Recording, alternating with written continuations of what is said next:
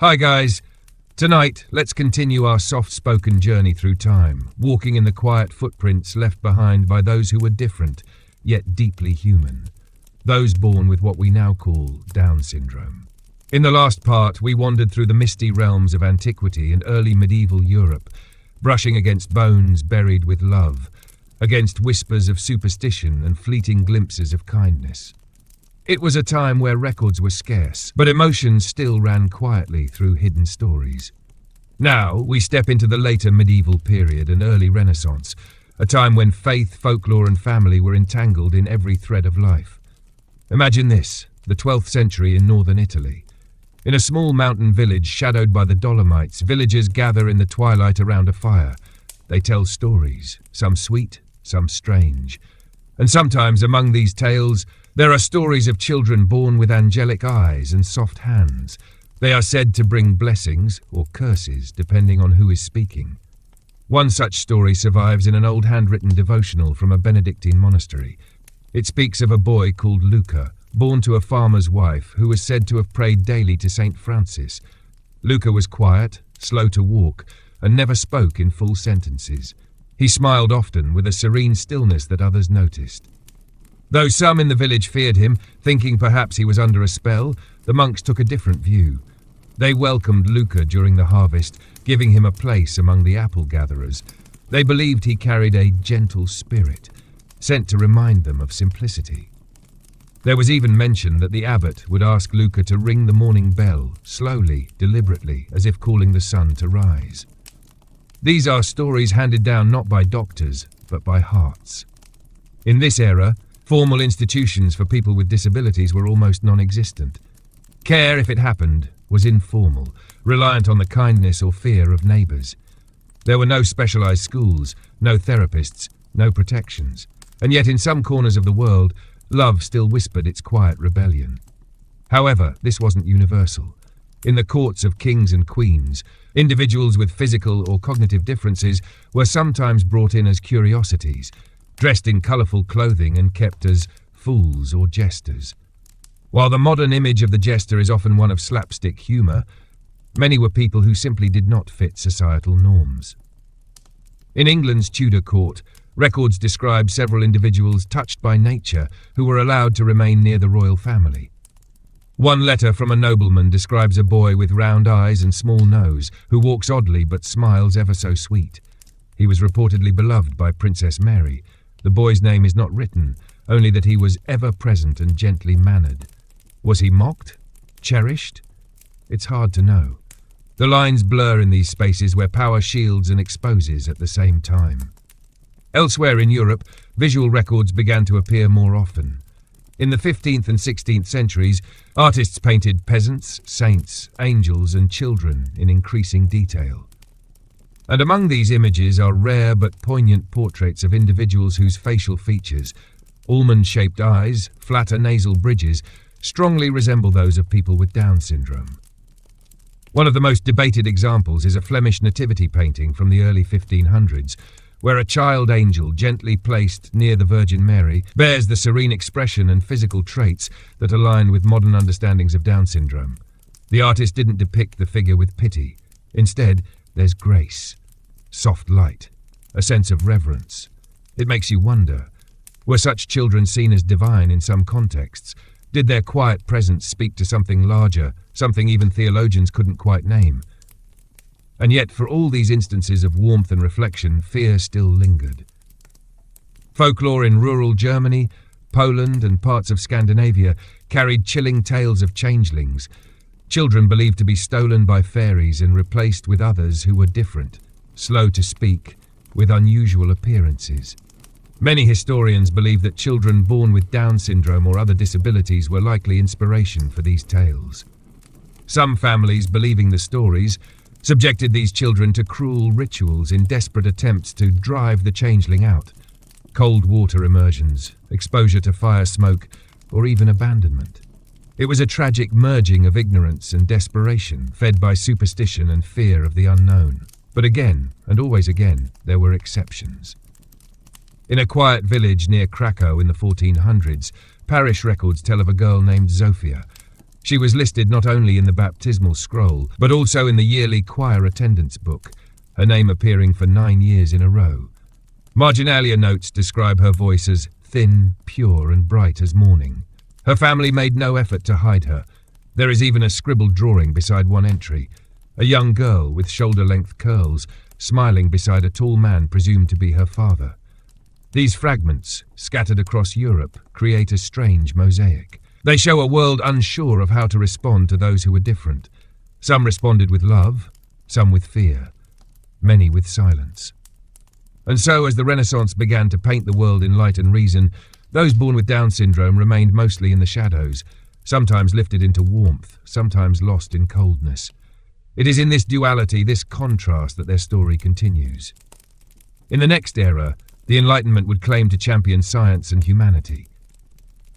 But for people with cognitive disabilities, it would also bring a different kind of darkness, one painted in the sterile language of classification, labels, and institutions. But that is a step we'll take another time. For now, just imagine the candle-lit cathedrals, the early morning bells, a child's fingers brushing along the stone walls of a monastery garden, smiling, quiet, present, still human, always human. As Europe moved from the fog of the Middle Ages into the dawn of the Enlightenment, the world began to change in profound and disquieting ways. The shadows that had once hidden children like Luca and Zofia were now being pierced by a cold, clinical light. Curiosity grew, but so did control. And this chapter of our story takes us into a time when minds once guided by faith and folklore began reaching for reason, measurement, and categorization. It began, as many shifts do, in whispers among the intellectuals. Physicians, philosophers, and early scientists gathered in salons, wrote treatises, and compared notes. They studied the human body and mind not as mysteries of divine design, but as puzzles to be solved, systems to be mapped. The soul, once placed at the center of human identity, was slowly being replaced with anatomy, behavior, and function. In the 17th and 18th centuries, these changing views on humanity brought about something entirely new, the birth of diagnosis. Before, someone who looked or behaved differently was simply seen as odd, blessed, touched, or cursed. But now, scholars sought to categorize differences, give them names, define their parameters. It was a subtle but seismic shift. For individuals born with Down syndrome, this change was double-edged. On one hand, it brought the potential for understanding. On the other, it brought the risk of dehumanization. A French physician named Jean-Étienne Dominique Esquirol was one of the earliest figures in this new chapter. In the early 1800s, he began studying people with intellectual disabilities, though the term Down syndrome would not yet exist for decades. He used the term idiocy, common in the language of the time, to describe individuals whose minds developed differently. Esquirol wrote about children with rounded features, smaller ears, and gentle expressions, people who were, in all likelihood, born with what we now recognize as trisomy 21. His tone was not cruel, but it was detached. He measured heads, he described behaviors, he noted the inability to read or speak clearly. He did not write about their laughter, their families, or their dreams. The warmth of Luca's monastery or Zofia's village choir had no place here. The human had begun to be reduced to the clinical. And then came the institutions. All across Europe, especially in France, Britain, and Germany, asylums and special homes were built to house individuals deemed unfit for society. Some were constructed with noble intentions, born from ideas of care and protection. Others were cold places, designed more for containment than compassion.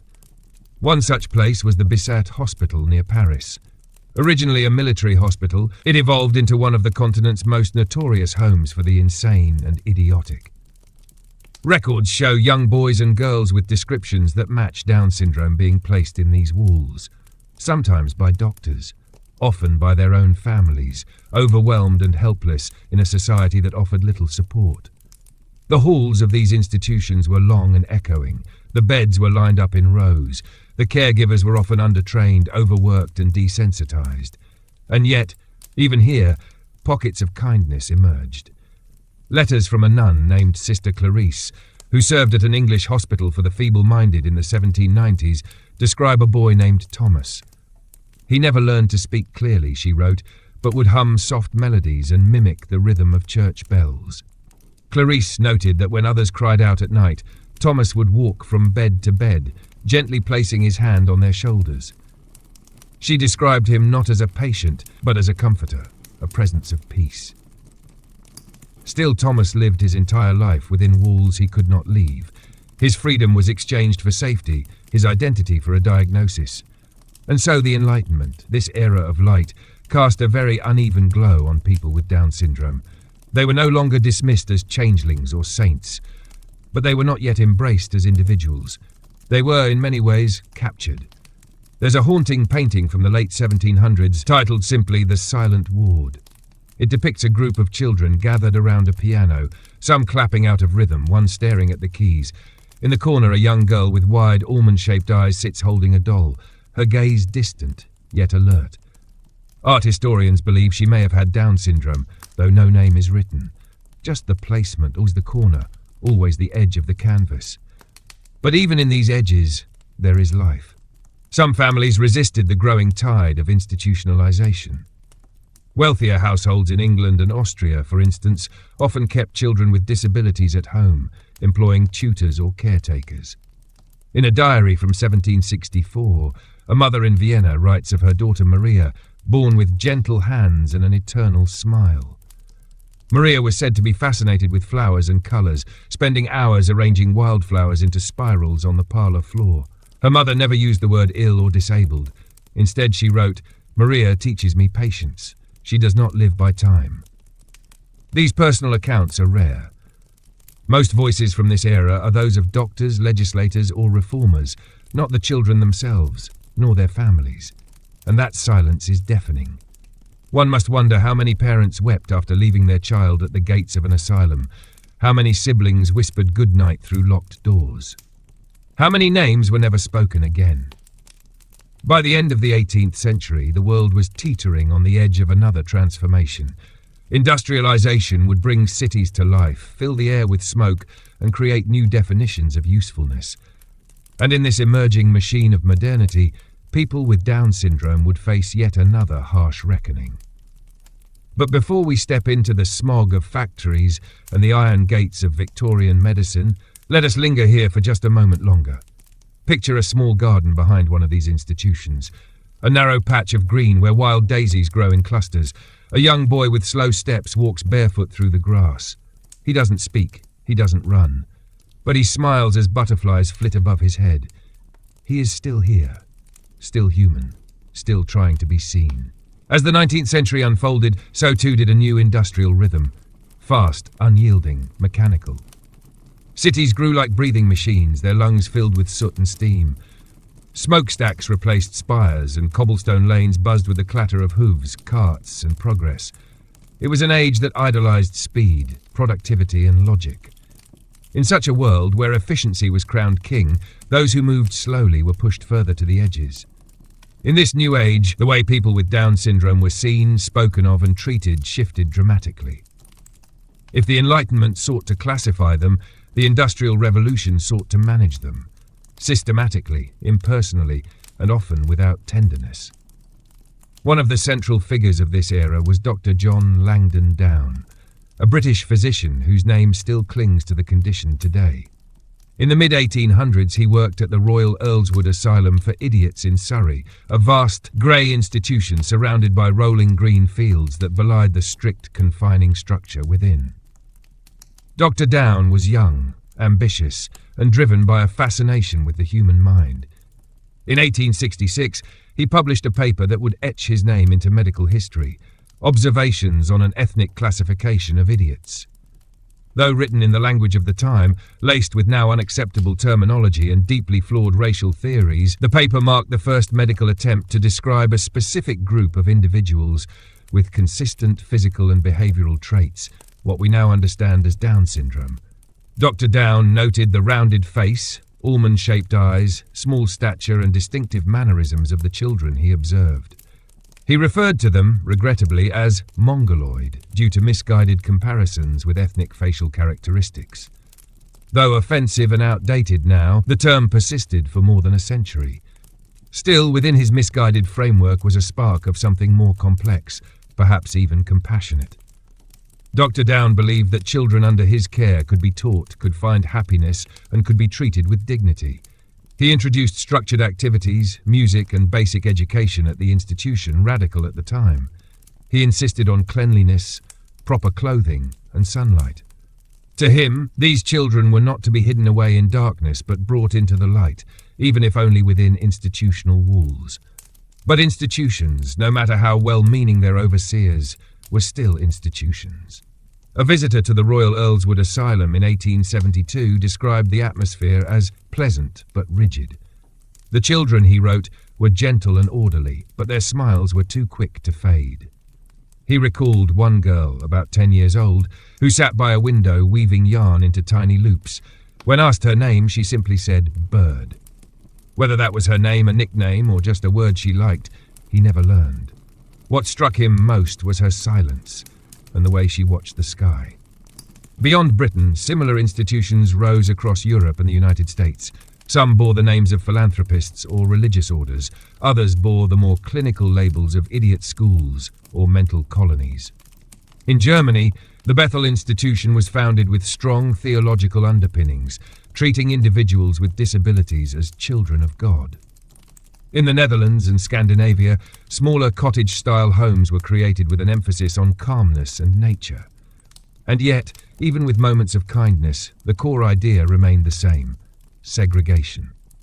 These children, these individuals, were not meant to live among the rest of society. They were not to marry, to work in regular trades, or to vote. Many governments passed laws preventing such individuals from owning property or reproducing.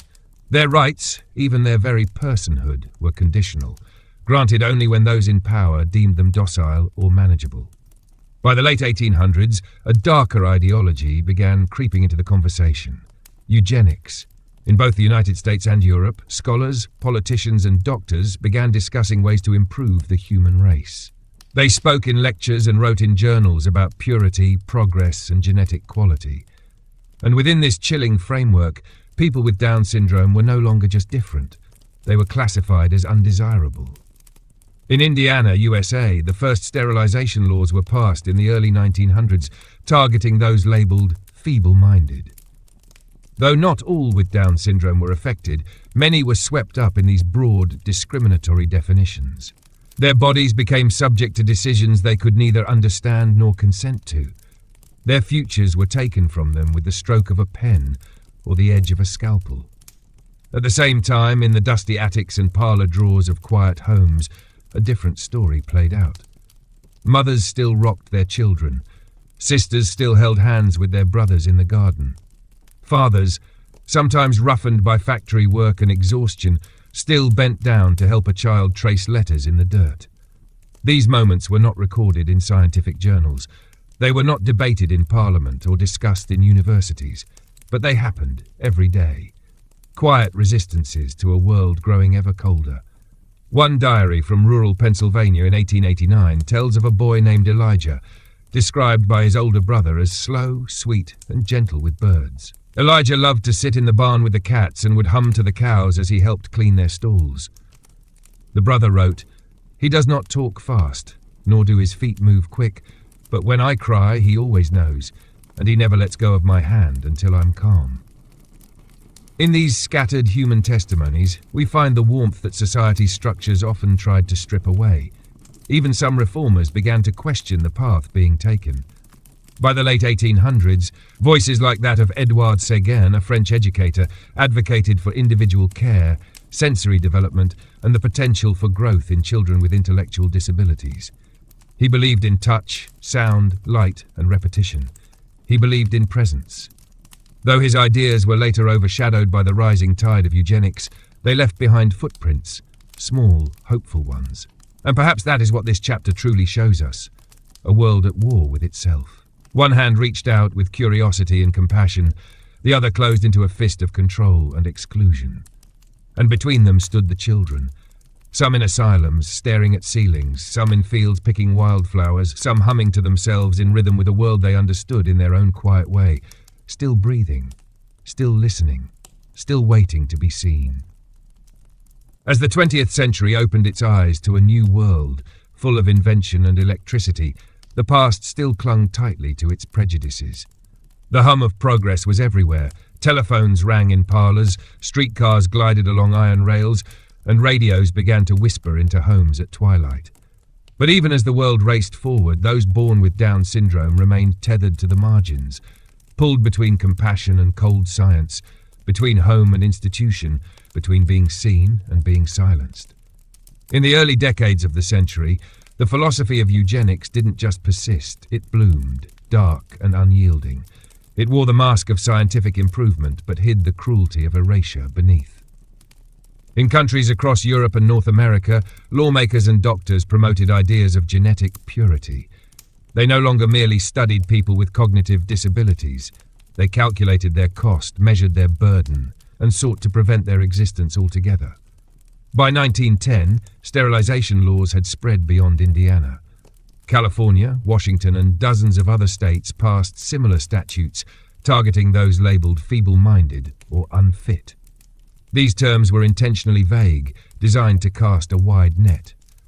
People with Down syndrome, along with many others who simply learned or behaved differently, found themselves swept into a tide of forced surgeries, denied futures they never had a chance to define. In Germany, the ideas of racial hygiene and national strength found eager supporters. What began as medical theories soon merged with nationalist rhetoric.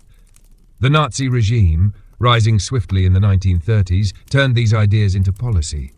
Their law for the prevention of hereditarily diseased offspring, passed in 1933, authorized the sterilization of anyone deemed genetically inferior.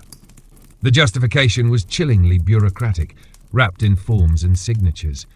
But this was only the beginning. By 1939, the Nazi state enacted Action T4, a secretive, state-sponsored program to systematically murder children and adults with disabilities. Hospitals, often seen as places of healing, became waypoints in a calculated network of death. People with Down syndrome were among the earliest victims. Records from institutions in Germany show how the process unfolded. A child would be evaluated, often by strangers who never met them. If their condition was deemed severe, or if they were simply labelled as such, they were transferred to a special unit. Parents were told their child had moved for better care. Weeks later, they received a telegram. Your child died from pneumonia. The truth, however, was gas chambers, lethal injections, and starvation. There is a small, yellowing photograph found in the files of one such hospital. It shows a boy around 7 sitting on a bench with his hands in his lap. His eyes are gentle, curious.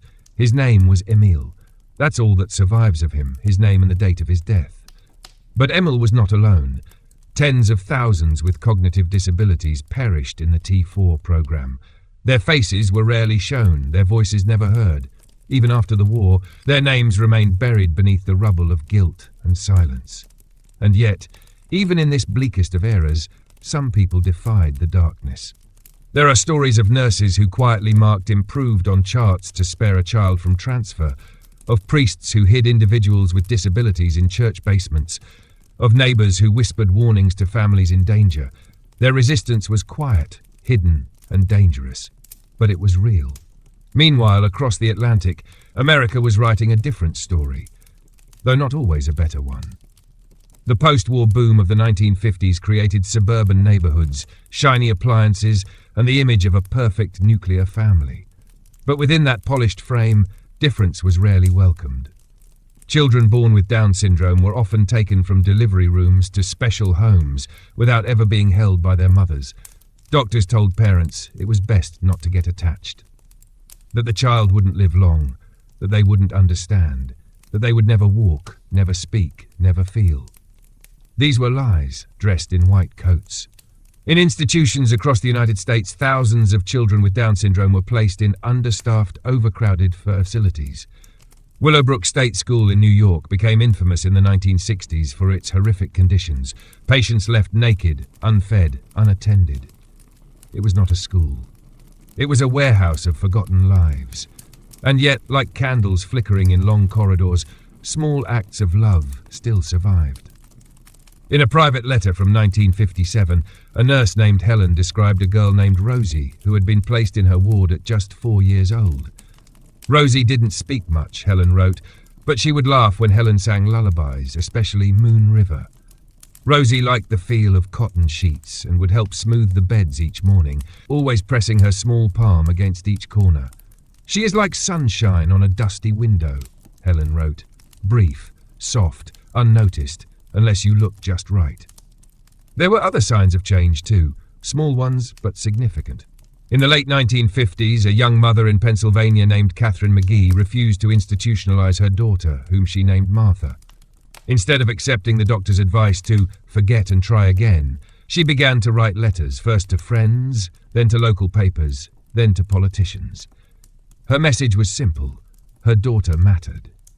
Catherine eventually founded the first advocacy organization for people with Down syndrome in the United States, one that would grow and inspire others around the globe. She wasn't a scientist, a doctor, or a politician. She was a mother who had been told her child was worthless and decided to push back. This defiance, this quiet insistence on love, began to ripple through the fabric of society. By the early 1960s, a new movement was stirring. Parents were speaking publicly, journalists were peeking behind institutional walls, photographs were being taken, testimonies were being shared, and people slowly, painfully began to listen. Still, the road ahead was long and twisted. The world had built an entire structure of forgetting. It would take time, effort, and relentless compassion to begin dismantling it. But the silence was breaking, and somewhere in a small bedroom with wallpaper faded by sunlight, a boy with Down syndrome sat cross-legged on the floor, turning the pages of a picture book. He couldn't read the words, not yet, but he liked the colors. He liked the way the paper felt between his fingers. He liked the softness of his mother's voice when she sat beside him and whispered, "You are loved." For the first time in centuries, someone was listening. The 1960s unfolded like a restless dream, filled with unrest, bold voices, and the first cracks in walls that had stood for centuries. Across the globe, people were beginning to speak louder about justice, visibility, and the right to be seen. In the United States, civil rights marches painted dusty roads with footprints of courage. In France, students raised fists against rigid systems. And in kitchens, clinics, and quiet living rooms, a quieter revolution stirred, one that would slowly, stubbornly, change the way the world treated people born with Down syndrome. At the heart of this change were families, not institutions, not politicians, just families, mothers, fathers, siblings, who refused to accept silence. In 1961, a short letter appeared in The Lancet, a leading British medical journal. It was signed by a group of geneticists and doctors, and it proposed something radical, the abandonment of the term Mongolism in medical language. Instead, they suggested the condition should be called Down syndrome, after the physician who had first described it nearly a century earlier. The language was still clinical, but it was a start, a quiet severing of the condition from racial caricature and colonial echoes. Language, after all, shapes thought, and thought shapes action. In Canada, the United Kingdom, and parts of Scandinavia, early childhood education programs for children with developmental disabilities began to appear. They were small, underfunded, and often dismissed by mainstream educators, but they existed. In one such centre in Copenhagen, a teacher named Lise recalled working with a 5-year-old boy named Henrik. He didn't speak in full sentences, but he loved to sort coloured beads into rows. "He taught me to slow down," she wrote years later. He saw the world in smaller, quieter pieces. It was in these pieces, these quiet victories, that a broader shift began. In the United States, a turning point came in 1963, when President John F. Kennedy addressed Congress about the treatment of people with developmental disabilities. His words were measured, yet full of weight. The mentally retarded can be helped to lead more productive lives, to live with greater independence and dignity.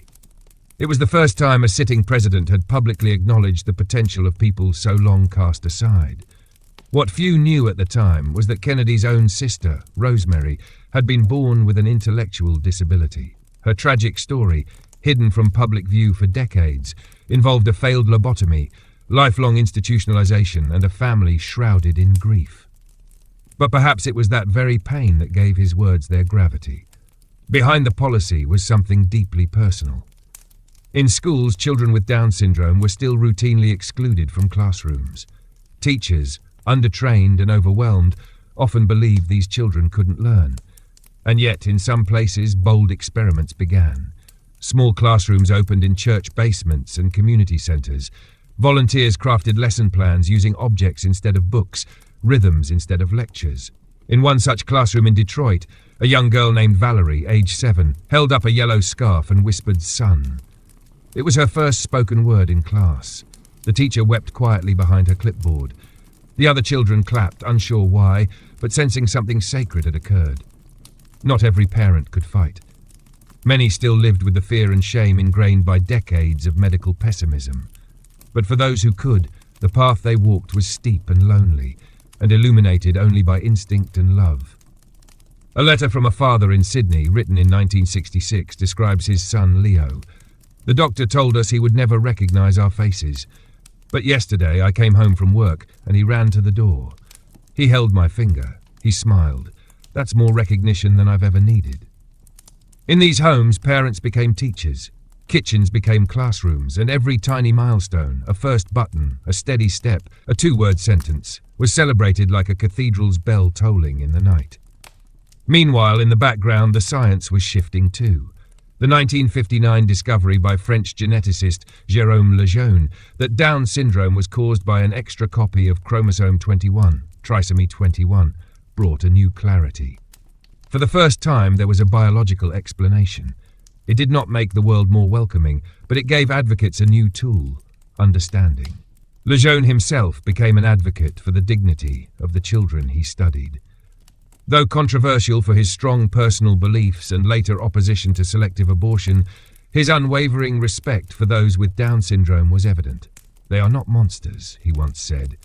"They are our brothers and sisters." Even so, a deep tension remained. With genetic insight came the possibility of prenatal detection, and with it the question few dared speak aloud: if we can know in advance, should we prevent? That question hovered unspoken through hospital corridors and over expectant parents' shoulders. It would grow louder in the decades to come.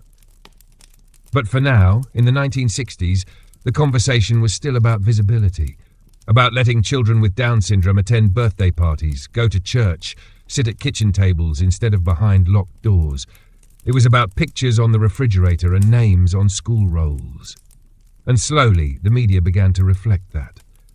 In 1969, a documentary aired on Swedish national television showing a day in the life of a boy named Bjorn, who had Down syndrome. The footage was quiet, intimate. He brushed his teeth. He stacked wooden blocks. He laughed when his sister tickled him. Viewers wrote in by the hundreds. Many said it was the first time they had seen a child like him on screen. It was a revelation. To be seen, not as a diagnosis, but as a boy. To be loved, not as a burden, but as a son. To be called by name. And so, beneath the roar of protest marches and the swirl of flower children and revolution, another kind of uprising bloomed. Smaller, slower, but no less powerful. A mother teaching her daughter how to tie a shoe. A father dancing with his son in the living room. A teacher waiting patiently for a first whispered word. These were the first cracks in the concrete. And from those cracks, something bright was beginning to grow. The 1970s arrived like a breath of warm wind through a heavy curtain, tentative, restless, full of promise. The world was shifting, sometimes loudly in the streets, sometimes softly at dinner tables. Velvet couches and shag carpets filled suburban homes. Protest music drifted through radios. And in tucked-away classrooms, quiet revolutions continued to unfold, not with slogans, but with crayons counting blocks and tiny hands grasping bigger ones. It was during this decade that the conversation around people with Down syndrome deepened, branched, and began to press harder against the systems that had kept them isolated. The seeds planted by advocates and families in the 60s were now pushing through the soil. Their roots were stubborn, and their blooms, though often unnoticed, were beginning to colour the world differently. Education became the front line of this unfolding change. Until now, most children with Down syndrome had been denied entry into public schools. They were deemed uneducable, a word used with chilling finality in administrative documents. Instead, they were sent to special schools or kept at home. But by the early 1970s, families were demanding more. They didn't just want care, they wanted inclusion. In 1971, the United States saw a pivotal shift. The Pennsylvania Association for Retarded Citizens filed a lawsuit, Park vs. Commonwealth of Pennsylvania, challenging the exclusion of children with developmental disabilities from public education. The court ruled in favor of the children. It was one of the first acknowledgements that every child, regardless of disability, had a right to learn. Not long after, in 1975, the Education for All Handicapped Children Act was signed into law. For the first time in American history, public schools were required to provide free and appropriate education to children with disabilities. Classrooms, long closed to difference, were forced to open their doors. The impact was profound. One teacher in Oregon, writing in her journal in 1976, described her first student with Down syndrome, a 6-year-old named Isaac. He arrived with a backpack twice his size and a grin that split his whole face, she wrote. I had no training. I was terrified. But by November, Isaac was teaching the other kids how to share crayons. He still doesn't speak in sentences, but he hums when he draws. It's always the same tune. I think it's a happy one. These new integrated classrooms weren't perfect. They faced resistance from some educators, confusion from parents, and often lacked the resources they needed. But they were a beginning, a quiet declaration that belonging didn't require perfection. At home, families were also redefining the narrative. The growing availability of early intervention programs, speech therapy, and developmental support offered parents new tools. They weren't told to give up anymore. They were told to begin. In suburban kitchens and city apartments, mothers made flashcards. Fathers practiced motor skills with wooden puzzles. Siblings helped with speech exercises disguised as games. And slowly, developmental milestones once deemed unreachable began to emerge. Late, yes, but not absent. A story from 1973 tells of a boy named Mateo in Barcelona. His parents were told he would never walk, but they refused to accept it. Each day, his father came home from the bakery, took off his apron, and walked with Mateo across the tiled floor of their small apartment. At first, it was just dragging, then swaying. Then, one spring afternoon, 3 steps, then 5. He walked, his mother wrote, like a sail opening in the wind. These moments were not miracles. They were the result of devotion, repetition, and belief. Quiet, relentless belief. The media landscape also began to shift, however subtly. For the first time, children and adults with Down syndrome appeared in television programs, educational documentaries, and even advertisements. Not as objects of pity, but as people, laughing, playing, living. In 1978, a short film aired on PBS in the United States. Titled Tommy's Day, it followed a young boy with Down syndrome through his routine, getting dressed, going to school, playing in the park. The narration was calm, intimate. Tommy does some things slower than other kids, the voice said. But he still likes peanut butter, and he still hates brushing his teeth. Viewers responded with letters of gratitude, some saying they had never before seen a child like Tommy on screen. In Sweden, a photography exhibit titled Faces of Light opened in 1975, featuring portraits of children with disabilities, including several with Down syndrome. The photographer Ingrid Nordstrom described her project as a quiet rebellion against invisibility. Each portrait was luminous, soft backdrops, tender expressions, and eyes that looked directly into the lens. These are not broken children, Ingrid said. These are children with stories. The arts became a space of subtle transformation. Writers, filmmakers, and musicians began to explore themes of difference and acceptance. In plays, characters with disabilities were no longer the butt of jokes. They were given lines, arcs, and voices. Still, societal prejudice was far from gone. Despite legal protections, many parents continued to face pressure to institutionalize or hide their children. Stereotypes lingered in workplaces, in neighborhoods, in whispers at playgrounds. But each day, each decision to include rather than exclude chipped away at those barriers. And as children with Down syndrome grew into teenagers, a new set of questions emerged. What comes next? Can they have jobs, live independently, fall in love? These questions had no clear answers, but they had been unthinkable only a decade before. Now they were being asked, earnestly, openly. In a small town in Ireland, a 16-year-old girl named Bridget attended her school's winter formal in 1979. She wore a pale green dress and a white ribbon in her hair. Her date was a boy from her class named Mark. He did not have Down syndrome, but he liked her laugh. They danced to a slow song. Her mother, watching from the edge of the room, cried softly behind her coat sleeve. It wasn't grief, it was astonishment. She had been told years before that her daughter wouldn't live past 10, that she would never speak, never smile, never dance, and yet there she was, dancing. It was not a revolution that came with banners or marches, but it was a revolution nonetheless. A revolution made of smiles, school photos, first words and footsteps down hallways where the doors had finally been left open. The world hadn't changed entirely, but it was learning how to listen. The 1980s shimmered with neon lights and synthetic dreams. The world danced to electronic beats and gazed at television screens that seemed to multiply in every living room. Personal computers were entering homes, shoulder pads filled boardrooms, and satellite dishes tilted toward the stars. Yet even amid the rush of innovation and material spectacle, something far more enduring was unfolding, quietly and steadily, in classrooms, at kitchen tables, in courtrooms, and in the hearts of families with children who had long been denied a place in the future.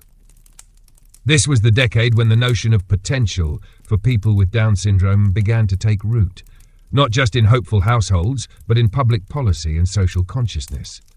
The shift was subtle at first, but it was there like a slow dawn behind thick curtains. In many ways, it began with education. Again.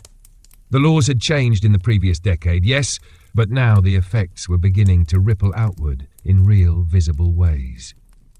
Children with Down syndrome were entering mainstream schools in greater numbers, often with aids or individualized learning plans. Some were fully integrated into classrooms. Others spent part of their day in smaller adapted learning environments. These steps were not without friction. Teachers struggled to balance classrooms. Parents of neurotypical children sometimes protested, but progress rarely comes without resistance. And in between the tension and adjustment, something beautiful happened. Friendship. A photo from 1984, taken in a small-town elementary school in Oregon, captures this change. A girl named Lily, who had Down syndrome, is seated on the floor, arms wrapped around a golden retriever. Around her sit 4 other children, grinning, one with his hand gently resting on her back. They're not posing, they're just being. The teacher who took the photo later wrote, "Lily didn't just learn from the other kids. They learned from her too. Patience, joy, empathy." Empathy was becoming a thread that wove through more homes, more stories, more policies. In the United States, advocacy groups expanded their reach, bolstered by determined parents and allies. The National Down Syndrome Congress and the National Down Syndrome Society became beacons of information and support. They organized conferences, distributed educational materials, and, perhaps most critically, amplified the voices of people with Down syndrome themselves. This was a powerful shift. No longer were these individuals simply being spoken about. They were beginning to speak for themselves. One of the clearest examples came in 1985, when a young man named Chris Burke captured the hearts of millions by starring in a television series called Life Goes On. His character, Corky, was a teenager with Down syndrome navigating high school, friendship, and family. But Chris wasn't just playing a role, he was living it. Off-screen, he spoke at events, answered letters from fans, and told the world in his own words that people with Down syndrome could act, feel, and dream. For many families, seeing Chris on national television was like exhaling after years of holding their breath. It was validation, proof, representation. But even beyond the lights of Hollywood, the self-advocacy movement was growing. Local chapters of advocacy groups began offering public speaking training to teens and adults with Down syndrome. Workshops in communication, confidence, and storytelling opened new doors. Suddenly, at school board meetings, city council forums, and community gatherings, people with Down syndrome began to appear, not as subjects of discussion, but as participants in it.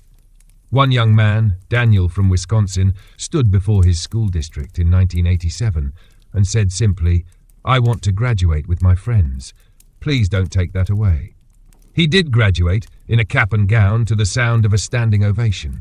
And yet, outside the glowing moments, there were still shadows.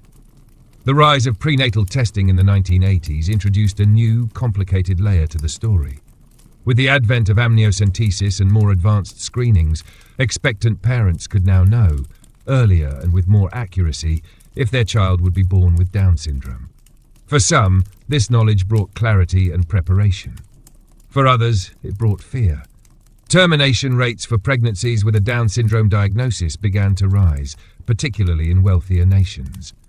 The medical community, still grappling with how to frame the diagnosis, often presented the news in terms of limitation rather than possibility. Letters from this time reveal the raw, conflicted emotions of expectant parents.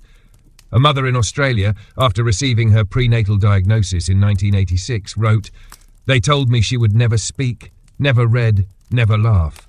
But I kept thinking, what if they're wrong? What if they don't know her like I will?" Her daughter, born that December, would eventually speak fluent English and Spanish, attend a community college, and work part-time at a floral shop. Medical framing matters. Words matter. And slowly, advocates began pushing back, not against science but against despair. They asked doctors to offer balanced information, to present not only the challenges but the beauty, the quirks, the humour, the love. This reframing was crucial because more and more people with Down syndrome were out in the world. Not hidden, not institutionalized, but walking sidewalks, checking out books from libraries, joining bowling leagues, volunteering in animal shelters. And as they grew older, they began to ask new questions about employment, independence, and relationships. Programs sprouted in cities and suburbs offering vocational training and supported employment. Grocery stores, office supply chains, and local cafes began to hire adults with Down syndrome, often with the help of job coaches. It was not charity, it was opportunity. One such man, Trevor from Calgary, began working as a greeter at a community centre. At first he was shy, but within a month he knew every member's name, remembered birthdays, and had a knack for calming children afraid of swim lessons. His manager wrote in a staff memo, "Trevor doesn't just do the job, he brings the room to life." And behind every Trevor, every Lily, every Daniel stood families who had dared to hope, dared to demand. Dared to believe that their children deserved more than survival. They deserved life in all its messy, luminous fullness. By the end of the decade, the narrative had begun to shift. Not completely, not uniformly, but undeniably.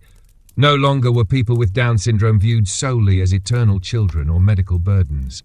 They were musicians, students, helpers, dancers, dreamers. People.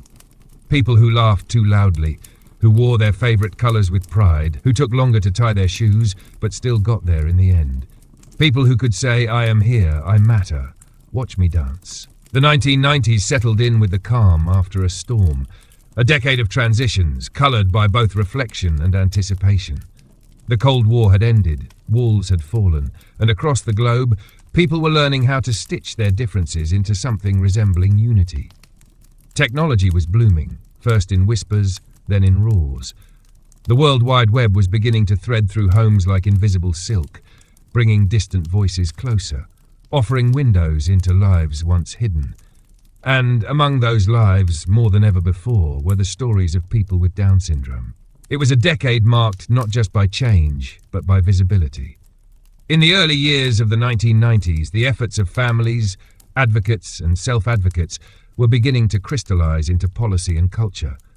The groundwork laid over the previous 30 years was now yielding fruit, visible in laws passed, programs launched, and attitudes, slowly but undeniably evolving. Perhaps no piece of legislation captured this change more powerfully than the Americans with Disabilities Act, passed in 1990. The ADA was sweeping in its scope, touching everything from employment to transportation to public accommodations. For people with Down syndrome, it was a moment of recognition, not just for their rights, but for their personhood. The ADA didn't guarantee acceptance, nor did it erase stigma, but it gave people leverage, a legal language to insist on access, dignity, and opportunity. And across America, ramps were built, doors widened, and classroom aids funded. Change was visible, tangible. In Europe, parallel movements were gaining strength. In the UK, local councils began integrating individuals with intellectual disabilities into social housing programs. In Italy, the practice of inclusive education, where students with disabilities learned alongside their peers, became not just common, but celebrated. In the Netherlands, theatre troupes began casting actors with Down syndrome, not as exceptions, but as equals. In Denmark, a small cafe in Aarhus quietly hired 3 adults with Down syndrome in 1993. At first, it was an experiment. By the year's end, they were the most beloved staff members in the building. Patrons lined up, not just for the pastries, but for the conversations. There is no awkwardness when kindness leads, one customer wrote in the guest book. Media, too, was reflecting this quiet revolution. Television shows and children's programming began introducing characters with Down syndrome, not as special episodes, but as part of the ordinary fabric of storytelling. In the UK, the long-running children's show Balamory featured a young actor with Down syndrome in a recurring role. In Canada, a documentary series called Different But Equal profiled teenagers with various disabilities navigating adolescence with candor and warmth. And on the printed page, something remarkable happened. In 1996, a children's book titled We'll Paint the Octopus Red was released, telling the story of a young girl imagining all the things she would do with her baby brother, who, she learns, has Down syndrome. The book's tone was gentle, honest, and hopeful. It wasn't a manual, it was a mirror. Thousands of families found themselves in its pages. Representation mattered. It still does. But while the public eye was opening, the private world of families remained filled with complexity. Hope and fear still walked hand in hand. For many parents, the 1990s were a balancing act. The joy of new opportunities clashed with the exhaustion of daily advocacy. The rise in inclusive schooling meant more meetings, more forms, more explanations. There were still teachers who underestimated, doctors who spoke in probabilities instead of possibilities, and neighbours who offered well-meaning but ignorant comments. One mother, writing in a parenting magazine in 1995, captured it this way: "My daughter is 9. She reads, she swims, she tells jokes. But when people ask me how severe is her condition, I don't know how to answer. Severe compared to what? She loves pancakes and hates wearing socks. Isn't that enough?" In many homes, the goal was no longer just survival, it was self-determination. Parents began planning for adulthood with more intention. They sought vocational programs, peer groups, and independent living options. Some even pooled resources to build co-housing communities, places where adults with Down syndrome could live with both support and autonomy. In these communities, life unfolded not as a special arrangement, but as an ordinary rhythm. Groceries, cooking, movie nights, morning walks. A man named Jacques, living in one such home in France, kept a diary. His entries were simple. Monday, pasta. Tuesday, laundry. Wednesday, I bought a blue shirt. But in the margins, he sketched small birds, always flying, always open-winged. When asked about the birds, he said, "They are free, but not alone, like me." The 1990s also saw the rise of international voices. Conferences in Geneva, Tokyo, and Cape Town brought together advocates from around the world. For the first time, parents from different continents shared strategies, struggles, and dreams. They swapped stories about doctors, celebrated successes in education, and wept together over shared griefs. And crucially, individuals with Down syndrome began to attend these conferences as speakers. A young woman from Ireland named Siobhan gave a speech in 1998 titled, "My Life is Not a Mistake." She stood at a podium in front of hundreds, her voice clear and deliberate. "I live in an apartment," she said. "I go to work. I like dancing and chocolate. I want to get married someday. Please stop treating me like I'm fragile. I am not glass. I am fire." Her words spread across the world, translated into a dozen languages, reprinted in advocacy journals, taped to refrigerators and office walls. She was not alone.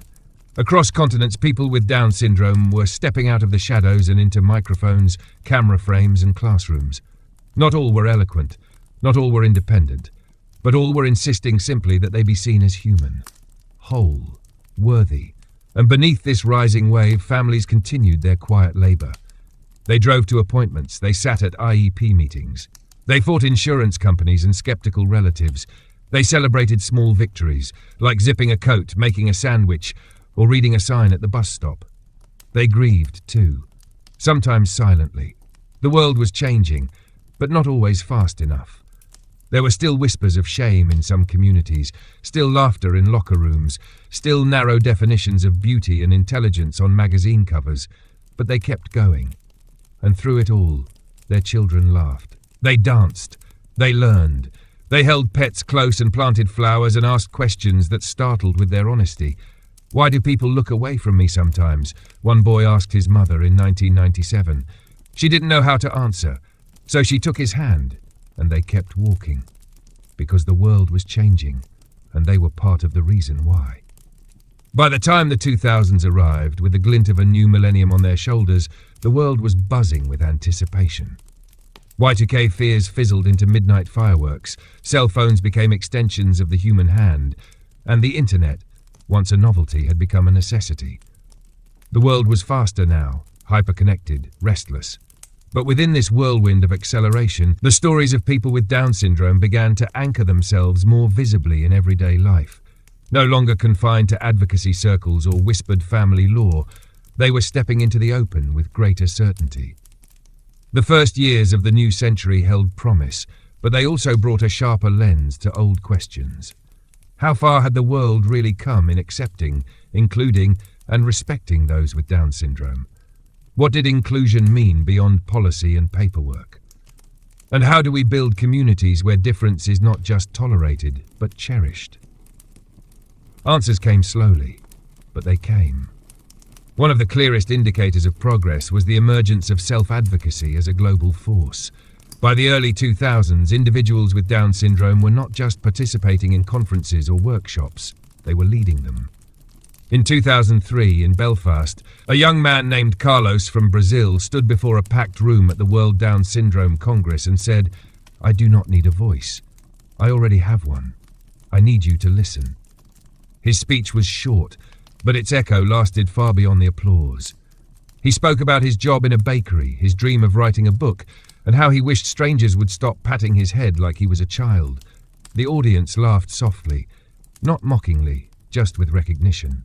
They had heard similar stories, spoken by others in other languages, but always with the same quiet ache beneath the words. It was an ache born of being seen through a filter, of having your complexity reduced to a diagnosis. But alongside that ache was an emerging confidence. In New Zealand, the documentary My Name is Emily aired in 2005, profiling a spirited teenager with Down syndrome navigating her final year of high school. The film didn't frame her as an inspiration, nor as a tragedy. It simply followed her through math tests, awkward crushes, and dreams of being a travel agent. When asked if she thought she was different, Emily replied, "Everyone is different. I just get more questions about it." These stories, once rare, were becoming part of the cultural conversation. Meanwhile, the internet began to reshape how advocacy happened. Message boards, then blogs, then social media gave families and individuals the power to connect without borders. A mother in Minnesota could share strategies with a teacher in Thailand. A teenager with Down syndrome in South Africa could post dance videos and gain followers from Tokyo to Toronto. One blog, started in 2006 by a father in London, chronicled daily life with his daughter Sophie. His writing was soft, observational, and free of sentimentality. He described spilled juice, difficult mornings, school assemblies, and bedtime rituals. He didn't glorify or pity her. He simply saw her. One entry read, "Sophie put her shoes on the wrong feet again, then looked up and said, 'It's still walking, Daddy,' and I suppose she's right." The world, now more interconnected than ever, was listening, but with greater visibility came greater complexity. The conversation around prenatal testing had become louder, more urgent. By the mid-2000s, non-invasive prenatal testing, NIPT, became widely available, allowing expectant parents to learn, with high accuracy and early in pregnancy, whether their child would be born with Down syndrome. This advancement brought with it a wave of ethical, emotional, and philosophical questions. For some, it offered a chance to prepare, to learn, to gather support, to face the unknown with tools in hand. For others, it became a gatekeeper, a quiet pressure wrapped in clinical language. In Iceland, France, and parts of Scandinavia, termination rates for pregnancies with a Down syndrome diagnosis began to rise dramatically. In some regions, close to 100%. This sparked international headlines, some hailing it as progress, others mourning it as erasure. The conversation grew sharp, polarized. But in between the noise, families kept telling their stories.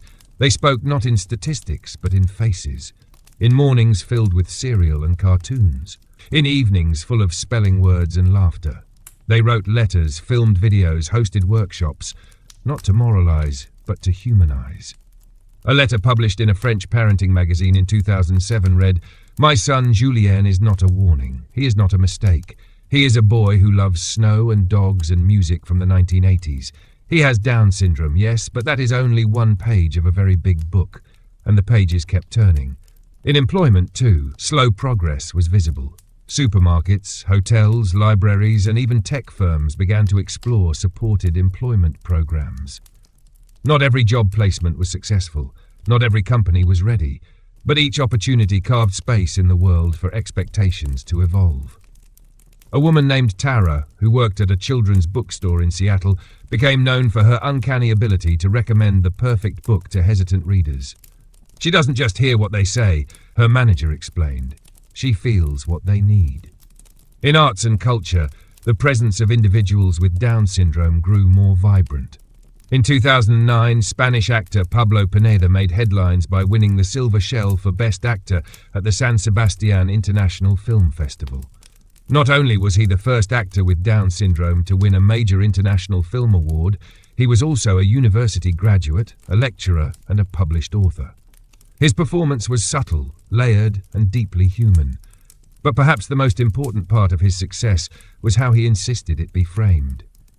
"I'm not here to inspire you," he said during a panel discussion. "I'm here to work, like anyone else." Across the world, the idea of normal was bending, not breaking, not shattering, just bending, gently, inevitably. And through that slow shift, more and more people with Down syndrome found room to stretch, to grow, to be seen not as an exception or a novelty, but simply as themselves, as daughters who wanted to try purple lipstick, as sons who laughed at their own jokes before the punchline, as co-workers, actors, roommates, voters, as humans, not in spite of their diagnosis, but alongside it. The world at the turn of this new century was finally beginning to see that truth. Not all at once, not everywhere, but undeniably, beautifully, at last. The 2010s arrived with a kind of quiet revolution tucked inside their polished digital sheen. It was the decade of sleek touchscreens and algorithms, of curated online lives and global conversations sparked by a single tweet. But beyond the filters and the metrics, something remarkable was happening. An undeniable surge in visibility, dignity, and complexity in how people with Down syndrome were seen, heard, and embraced by the world. This was the decade when representation turned into resonance. Not just awareness, but belonging. One of the earliest signs came not through legislation or science, but through fashion, an unexpected, dazzling avenue of advocacy. In 2011, a young girl named Valentina Guerrero appeared on the cover of a children's fashion catalogue in the United States. She had Down syndrome. She wore a ruffled bathing suit and a radiant smile. Her image broke through with startling warmth. Suddenly, conversations were taking place in households that had never before said the words inclusion and runway in the same breath. Just a few years later, in 2015, Madeline Stewart, a teenager from Australia with Down syndrome, became the first professional model with the condition to walk at New York Fashion Week. Her stride down the runway was confident, electric, and unapologetic. But what made the moment so powerful wasn't just the shimmer of lights on her gown. It was the quiet fury with which she shattered expectation. People around the world didn't just see Madeline, they felt her presence.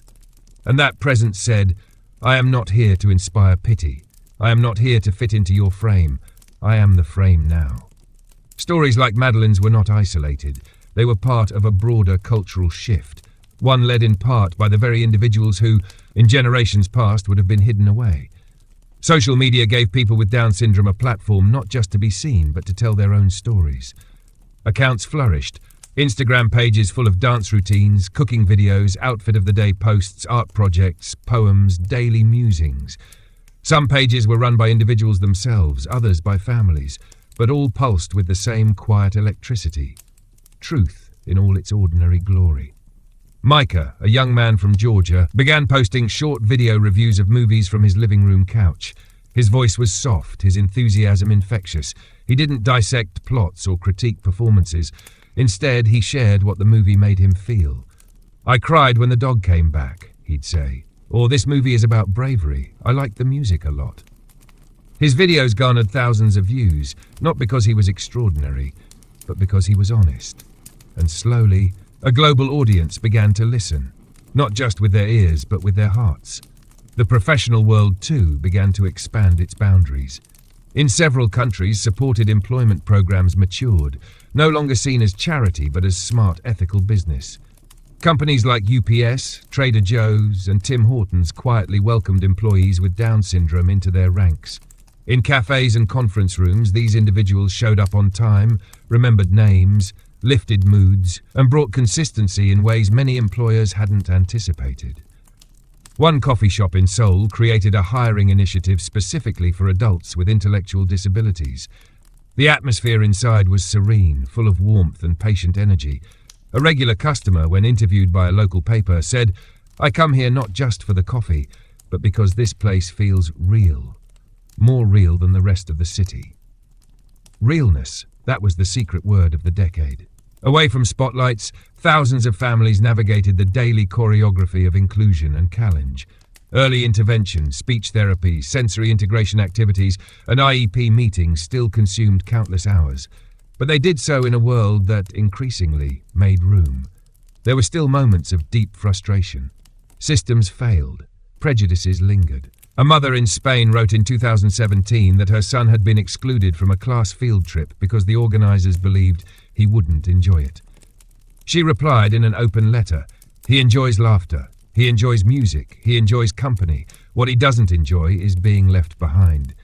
The letter went viral. It led to public apologies, policy reviews, and more than a few uncomfortable conversations.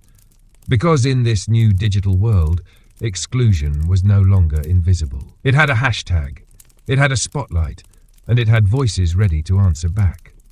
On the legislative front, the 2010s also brought important developments. The United Nations Convention on the Rights of Persons with Disabilities, CRPD, adopted in the previous decade, continued to influence policy worldwide. Countries re-examined how they treated individuals with disabilities, not just in words, but in housing, healthcare, education, and public space. Some nations took bold steps. In 2018, Iceland passed a new law emphasizing universal design in all public infrastructure, explicitly including people with intellectual disabilities in its framework.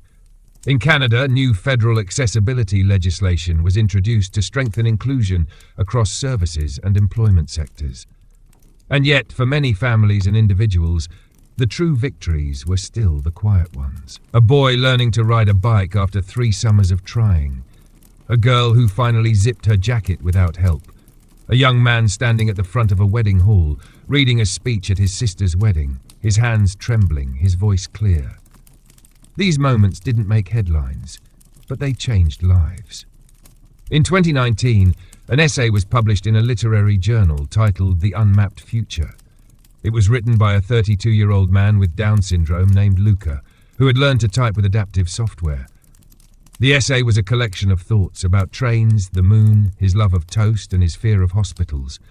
The final paragraph read, "I know people see me and think I am only one thing, but I am more.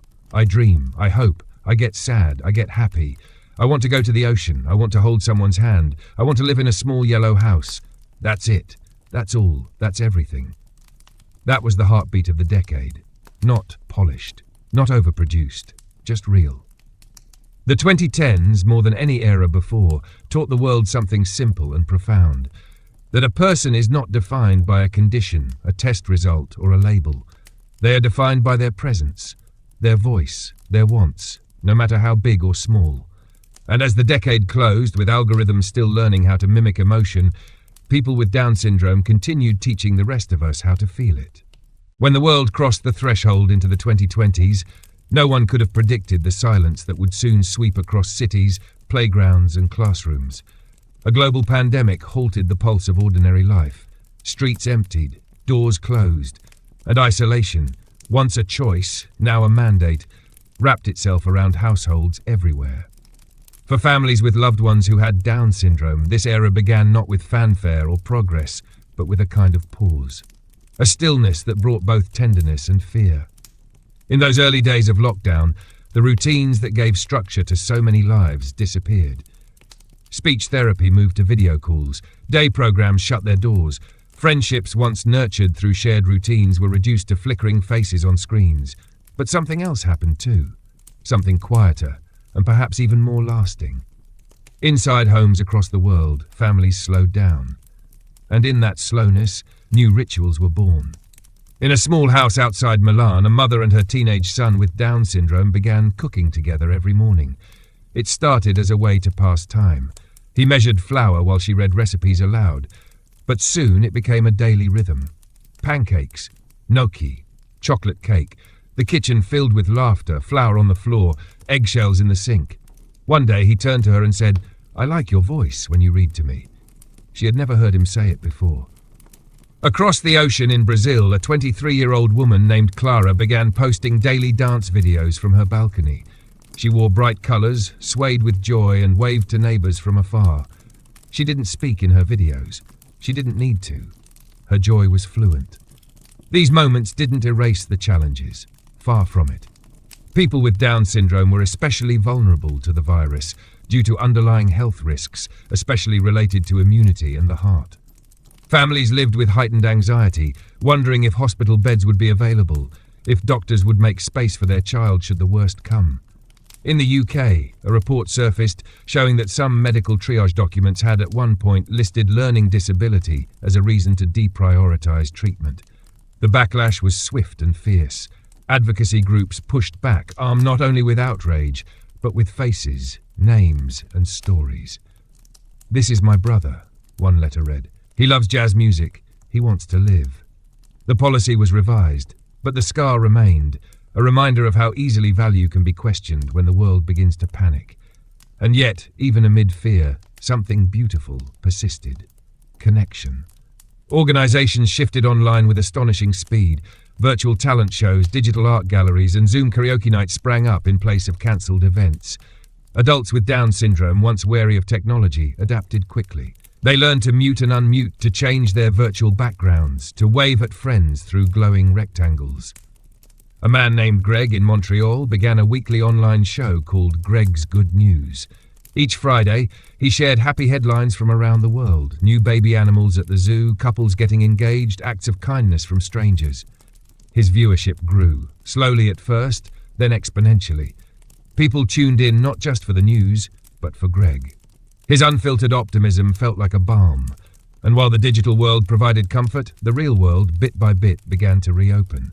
By late 2021, schools resumed in-person learning with new precautions and new fears. For students with Down syndrome, the return was a patchwork of reunions and readjustments. Masks made communication harder. Physical distancing felt unnatural for those who thrived on touch and proximity. But even here, growth unfolded. Teachers, more aware than ever of social-emotional needs, adapted. One school in Minnesota created a quiet tent in the playground, a small fabric-covered space with pillows and headphones for any student who needed to step away from the noise. A girl named Anna used it often. She didn't always explain why. She didn't have to. The space existed because someone believed her needs mattered. Across cities, campaigns promoting inclusive employment resumed with renewed vigor. Businesses that had struggled to stay afloat rediscovered the strength of community, of loyalty, of consistency, of joy in simple tasks. And many found those very qualities in employees with Down syndrome. One bakery in Dublin hired 2 young adults, twins named Patrick and Sean. Their roles were small at first, boxing pastries, wiping counters, but customers noticed something shift. The energy in the shop changed. There was music now. There were morning high fives. And when the twins weren't working, regulars asked about them. "They make this place feel like home," a customer said. Even as the world lurched through uncertainty, new variants, shifting mandates, vaccine rollouts, individuals with Down syndrome continued to show what they always have. Resilience not built on toughness, but on tenderness. In 2022, a short film titled Freebird was nominated for an Academy Award. Animated in soft, sketch-like strokes, it followed the imagined life of a boy with Down syndrome as he grew into adulthood. It showed him navigating friendship, independence, heartache, and joy. The film was only 5 minutes long, but for many it was a revelation. Here was a life, full, flawed, beautiful, not hypothetical, not symbolic, just lived. That same year, a group of young adults with Down syndrome in South Korea formed a podcast. They called it Us Not About Us. Each episode centered on a theme: love, jobs, music, friendship, and the hosts shared their opinions, stories, and questions with candor and humor. "We don't want to be your inspiration," one said in the debut. "We want to be your neighbors." The line echoed across social media, quoted, reposted, embraced. Because that was the truth at the heart of the 2020s so far. The longing not for admiration, but for mutuality. Not to be placed on pedestals, but to be invited into circles. To have their rhythms honored, their voices respected, their presence welcomed not as exception, but as part of the whole. And through it all, the fear, the distance, the breakthroughs and the setbacks, people with Down syndrome kept moving through the world with the same quiet grace they always have, one step at a time, one laugh, one memory, one act of courage at a time. And somewhere, on a porch in Kansas, or a park bench in Seoul, or a balcony in Naples, someone is still dancing, still smiling into the wind, still reminding us what it means to be fully, stubbornly, tenderly human. In a world that often rushes forward with restless energy, the story of how we see and treat people with Down syndrome continues to unfold not in grand declarations, but in the soft cadence of ordinary life. As the mid-2020s approached, the world had already endured a collective pause, and from that silence emerged a deeper longing. For connection, for authenticity, for something real in a world increasingly curated. And in that search for realness, the presence of people with Down syndrome offered something increasingly rare: unfiltered joy, unvarnished truth, and the grace of simply being present. As communities began to breathe again after the long winters of isolation, schools, offices, and places of worship reopened, not just physically, but emotionally. There was a heightened awareness now, a newfound sensitivity to vulnerability and belonging. And within that awareness, inclusion started to mean something deeper. It was no longer about access alone. It was about presence, voice, influence. In the suburbs of Stockholm, a small theatre company began a new production in 2023 titled The Rhythm of Rain, written collaboratively by a mixed cast of neurodiverse actors. The play didn't centre on disability. It was a love story, a quiet one, with soft lighting, music from a single violin, and characters who spoke in slow, measured lines. One of the leads, Elin, a 29-year-old woman with Down syndrome, played a florist who fell in love with a librarian. When she delivered her final monologue about silence and how love often grows in its soil, the audience held their breath. Not because they were surprised by her capability, but because they were moved by her artistry. Moments like that were no longer novelties. They were becoming part of the tapestry. In education, too, the understanding of learning shifted yet again. Many teachers had returned to classrooms changed by the pandemic, more patient, more attuned to differences, more interested in nurturing wholeness than chasing test scores. And this mattered for children with Down syndrome deeply. A boy named Keenan, living in Alberta, Canada, struggled with transitions and auditory processing. In a traditional classroom, he often shut down mid-morning. But in his new post-pandemic class, the teacher used movement-based learning. Math problems were solved with dance steps. Vocabulary words were acted out. Keenan began to participate, not just physically, but emotionally. He started telling jokes again. The class began to laugh with him, not at him. One day he walked into the room and shouted, "Math is bananas!" before tossing a plush banana across the room. It became a class tradition. And somewhere in between those banana-tossing mornings and violin solos on stage, a cultural truth was beginning to solidify. Inclusion, when done with intention, enriches everyone. The professional world, still reshaping itself in a post-pandemic economy, slowly re-embraced inclusive employment. Many companies realized during lockdowns that flexibility, empathy, and clear communication weren't just accommodations, they were strengths. And individuals with Down syndrome brought those qualities in abundance. In a design studio in Lisbon, a 25-year-old named Duarte was hired as a creative assistant. His job included organizing materials, managing the office playlist, and helping with brainstorms. Duarte didn't speak quickly, but when he did, his comments were precise and unusual. One day during a campaign review, he simply said, "It's too loud. The colors are arguing." The room went silent. He was right. The designers adjusted. The ad became simpler, clearer, and more effective. In Japan, a hotel chain introduced companion concierge roles designed for employees with developmental disabilities. These concierges didn't handle bookings or complaints. They greeted. They listened. They offered origami tutorials in the lobby. Guests wrote reviews saying their stays felt warmer, less anonymous. One traveller wrote, "The young man who folded cranes beside me gave me more peace than any spa treatment I've ever tried." But inclusion wasn't always perfect. Biases remained. In some places, progress plateaued. Stories emerged of students still being excluded from school trips, of job interviews that ended when the diagnosis was disclosed, of programs losing funding. And yet each time a door closed, someone knocked again, often louder. Advocacy had matured, becoming more strategic. Organizations weren't just demanding access. They were building frameworks, toolkits for employers, curricula for teachers. Training modules led by people with Down syndrome themselves. One such leader was Laila, a soft-spoken activist from Morocco. She created a digital course titled Understanding Me, which combined short animations, spoken word poems, and live webinars. She didn't use complex theories. She used metaphors. Her favorite, "I'm not a puzzle piece. I'm the whole picture. You just need to stop cropping it." The course was translated into 9 languages by 2025. And in the midst of these large-scale movements, the personal stories kept flowing. There was Alonso, who learned to ride a train alone for the first time. There was Farah, who wrote her first novel, half in Arabic, half in French, and self-published it through her cousin's website.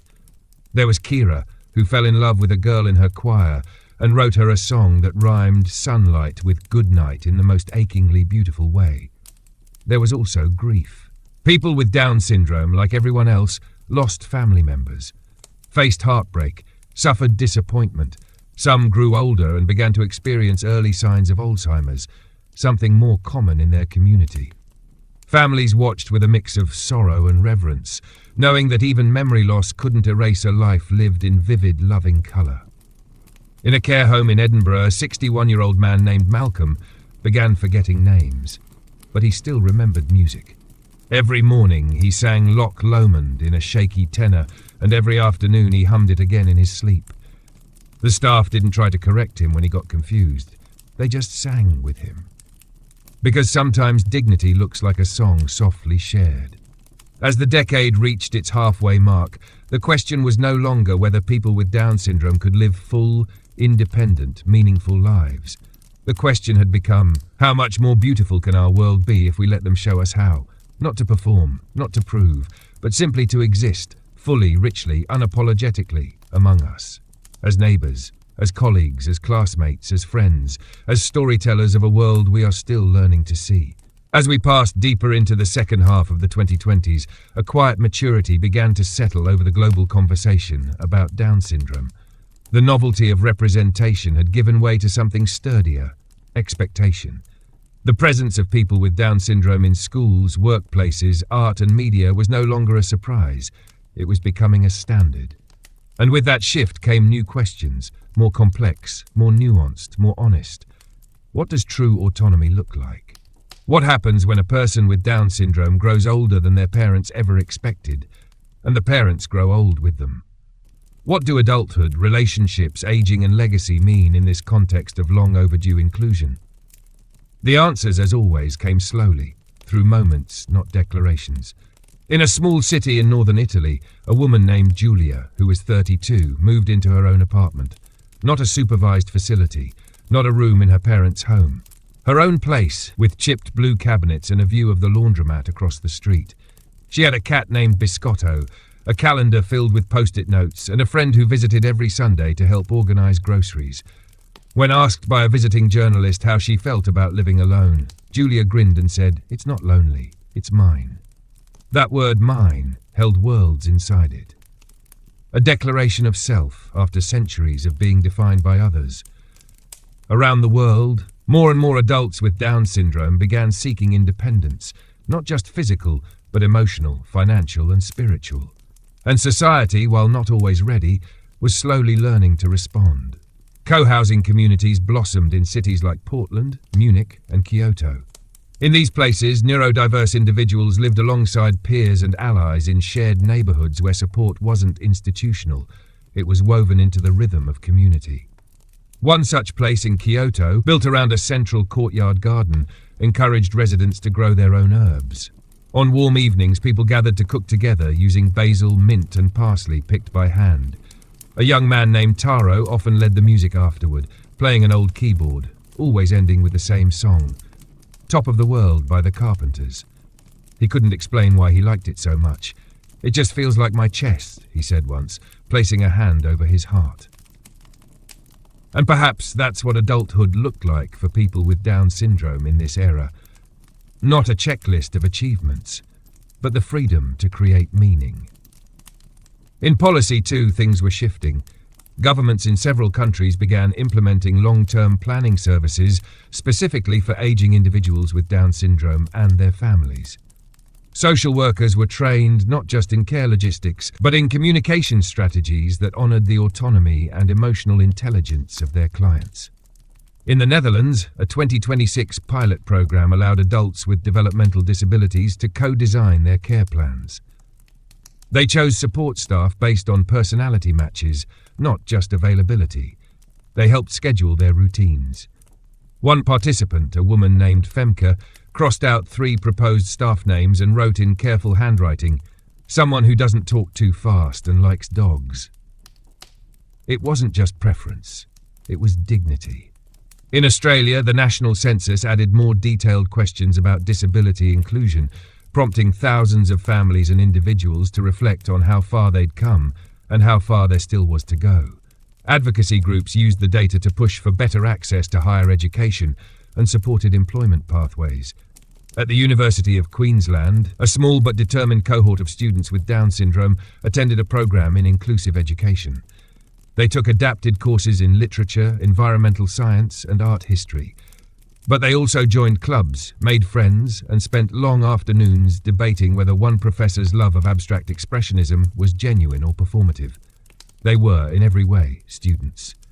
Outside academic halls, love stories unfolded too. In the countryside of Ireland, a couple named Maeve and Ronan planned their wedding for early spring. They'd met at a job skills workshop years earlier and built a friendship that grew slowly into love. They shared a fondness for pop music, board games, and long walks in the rain. When they exchanged vows under a canopy of cherry blossoms, their parents wept, not because they were worried, but because they were proud. Maeve wore a dress she helped design. Ronan cried when he saw her. "I thought my heart would explode," he said, grinning through tears, but it didn't.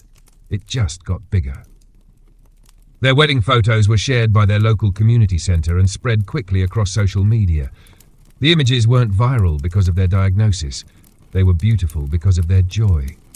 Still, not everything was tender. Progress always walks hand in hand with discomfort. The rise in prenatal screening remained a point of tension.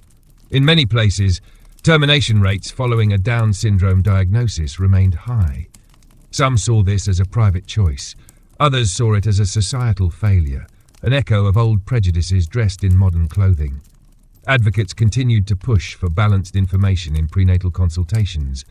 Some hospitals introduced new protocols. Whenever a diagnosis was delivered, families were also given access to a peer counsellor, often a parent or adult with Down syndrome, who could speak from lived experience.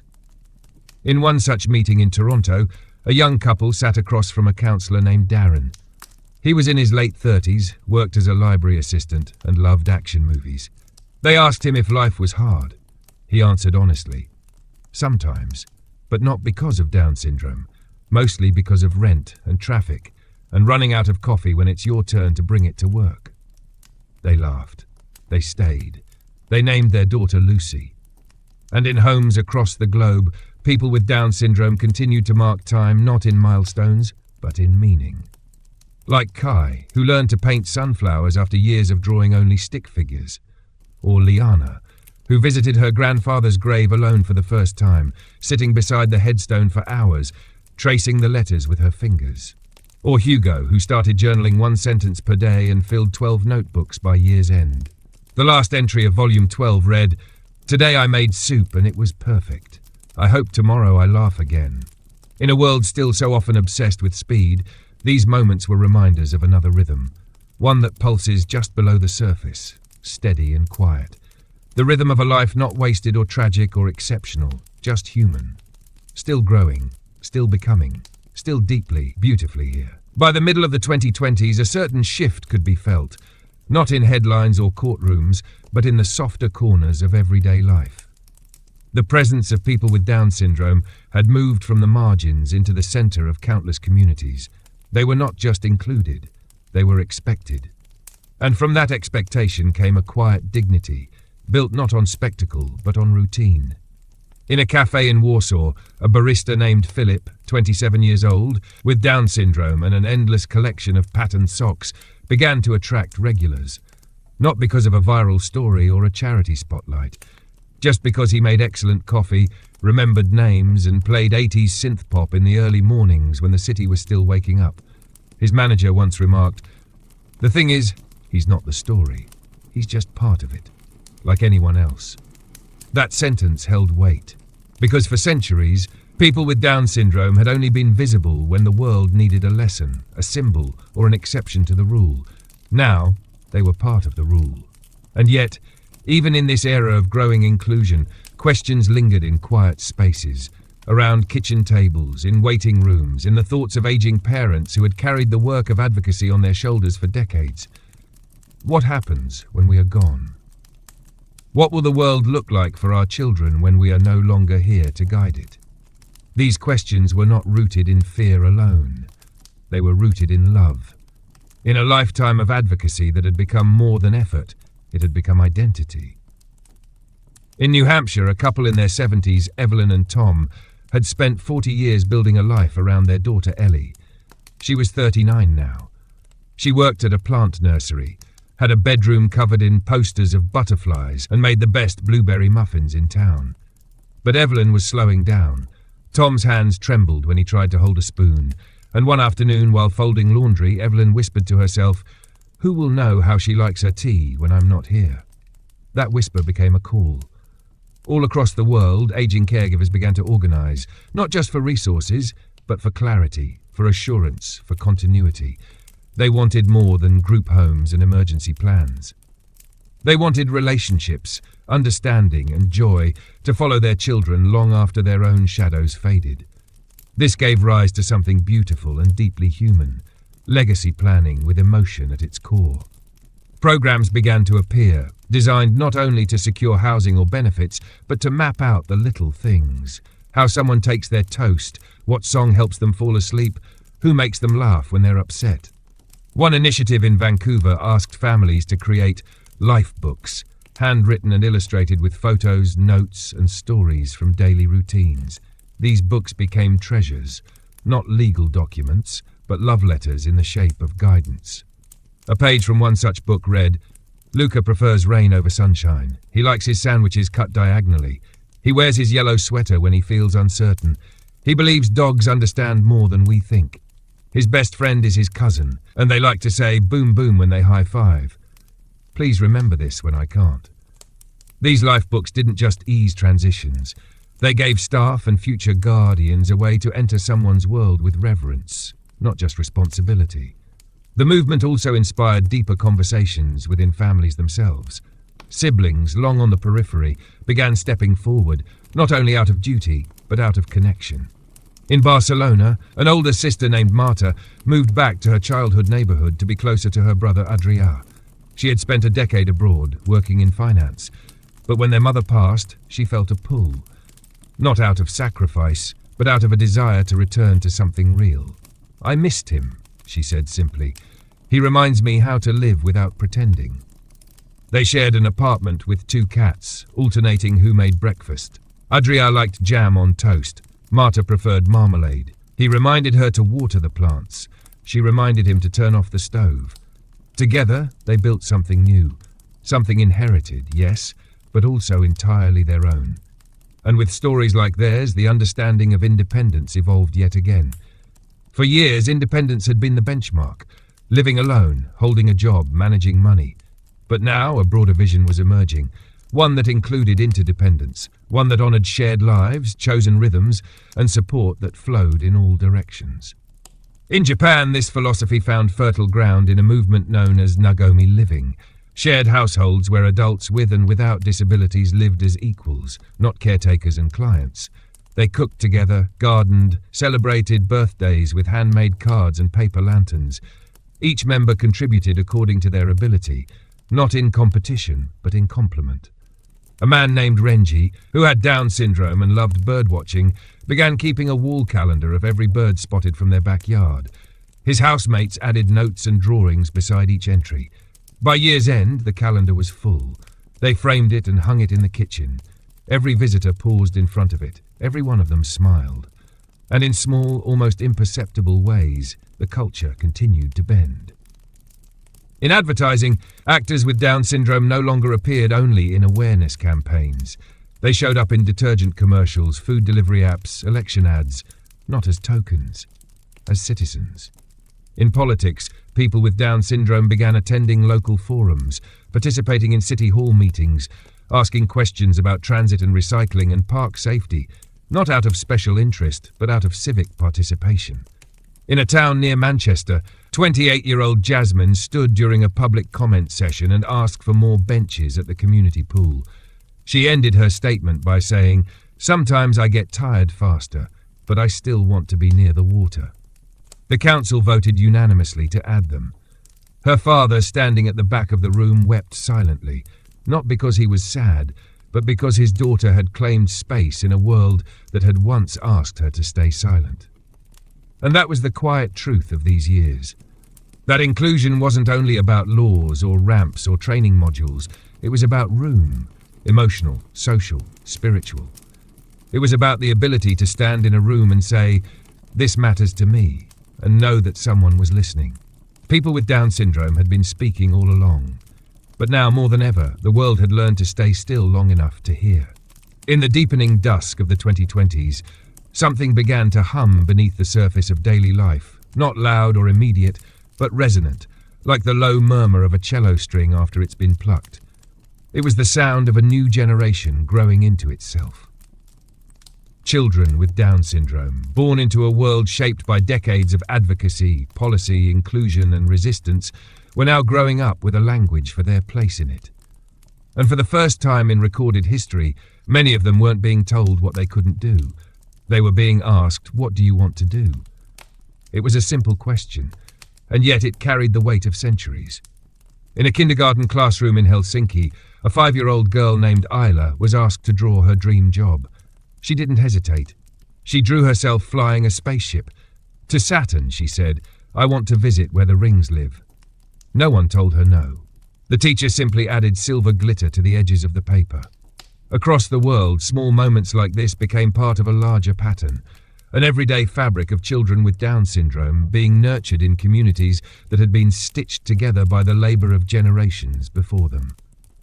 And so the narrative continued to shift, from accommodation to aspiration, from sympathy to sincerity, from spotlight to solidarity.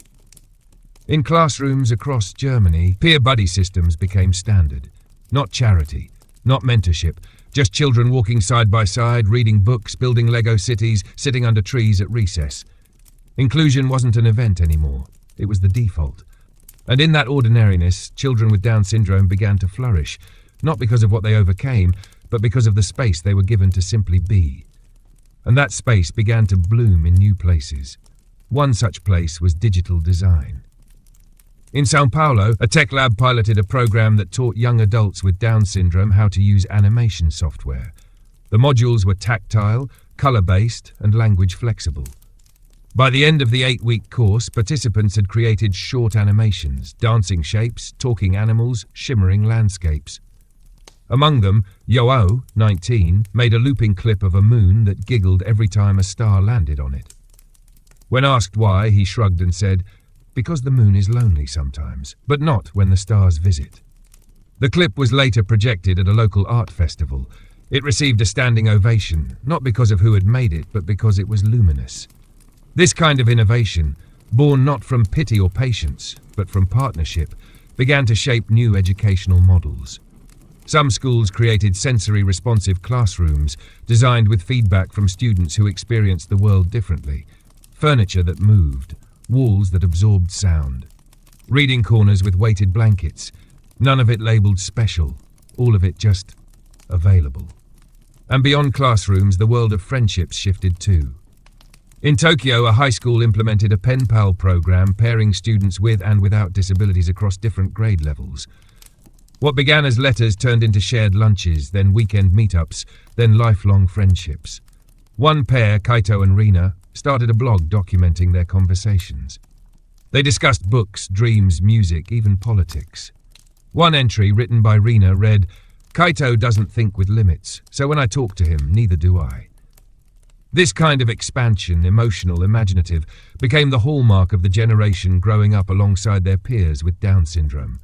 And as these children grew, so did their sense of ownership. In an art school in Oregon, a 16-year-old girl named Mallory, who had Down syndrome, began writing poetry. Not about difference, or disability, or resilience, but about oranges and sidewalks and the way her father cleared his throat before telling a story. One poem simply read, "There is a bird that lives on Tuesdays. It talks to my window but never comes in. That's how I want to love, not caged, just near." Her teacher submitted the poem to a local journal. It was published without edits. The idea of visibility began to move away from charity-driven storytelling and into something richer, subtler, authorship, self-definition. People with Down syndrome weren't just being included in stories, they were writing them. This shift echoed across cultures. In Ghana, a local filmmaker cast a teenage boy with Down syndrome as the lead in a folk fantasy short film. He played a traveller who followed a river of stars. The boy, named Kojo, learned his lines phonetically, repeating them with a rhythmic lilt that echoed traditional storytelling. After the premiere, an elder in the village stood and said, "He told the story the way our ancestors would have wanted." In a single sentence, the arc of centuries bent. What had once been buried in silence was now being claimed as legacy. But this transformation was not only for those with Down syndrome. It rippled outward, changing how everyone else saw their own humanity. In workplaces, inclusive hiring evolved from compliance to culture. In Norway, a bakery began a mentorship program where every new hire, regardless of ability, was paired with a co-worker who had Down syndrome. The idea was not to teach them how to do the job, but how to work from joy, repetition, and presence. The program was wildly successful, not just for productivity, but for morale. A manager reported fewer sick days, more team collaboration, and curiously, more laughter. One customer commented, "The bread hasn't changed, but the air in here feels different, warmer." That warmth, quietly spreading, began to challenge long-held assumptions. That productivity must always be fast, that success must always be loud, that communication must always be verbal. Because in this new generation, people with Down syndrome were showing us what had always been true. That connection isn't a performance, it's a practice. One built on consistency, on slowness, on the courage to return each day, not to impress, but to belong. And so through playgrounds and poems, employment and emails, the story moved forward, not toward a finish line, but into deeper questions, deeper roots, and more open skies. In the quiet corners of the late 2020s, as the world spun on with its usual blend of speed and distraction, a new kind of storytelling began to emerge. One that centered stillness, attention, and the everyday presence of people with Down syndrome, not as a lesson, but as a lens. It was less about visibility now, and more about participation, about being woven, thread by thread, into the daily patterns of life without spectacle. One of the most surprising places this shift took root was in design. Not fashion or architecture, but something quieter, experience design. Libraries, museums, and public parks around the world began to rethink their spaces, not in grand gestures, but in thoughtful, tactile ways. In Copenhagen, a new wing of the National Museum was co-designed with a team that included neurodiverse consultants, 2 of whom had Down syndrome. They talked about sound, about light, about rest. One of them, Johan, suggested a soft corner, a space with cushions, dim lighting, and nature sounds, for when the exhibits became too overwhelming. The architects listened. The space was built. Months later, it became the most visited section of the museum. Not just by people with disabilities, but by parents with toddlers, by elderly visitors, by anyone needing a moment to breathe. Johann visited once a month. He liked to sit on the edge of the mat, close his eyes, and listen to the recorded sounds of waves. "This room," he said once, "is what peace looks like." That was the quiet brilliance of the era. The understanding that designing for people with Down syndrome made the world better for everyone. In the world of public policy, something else was changing.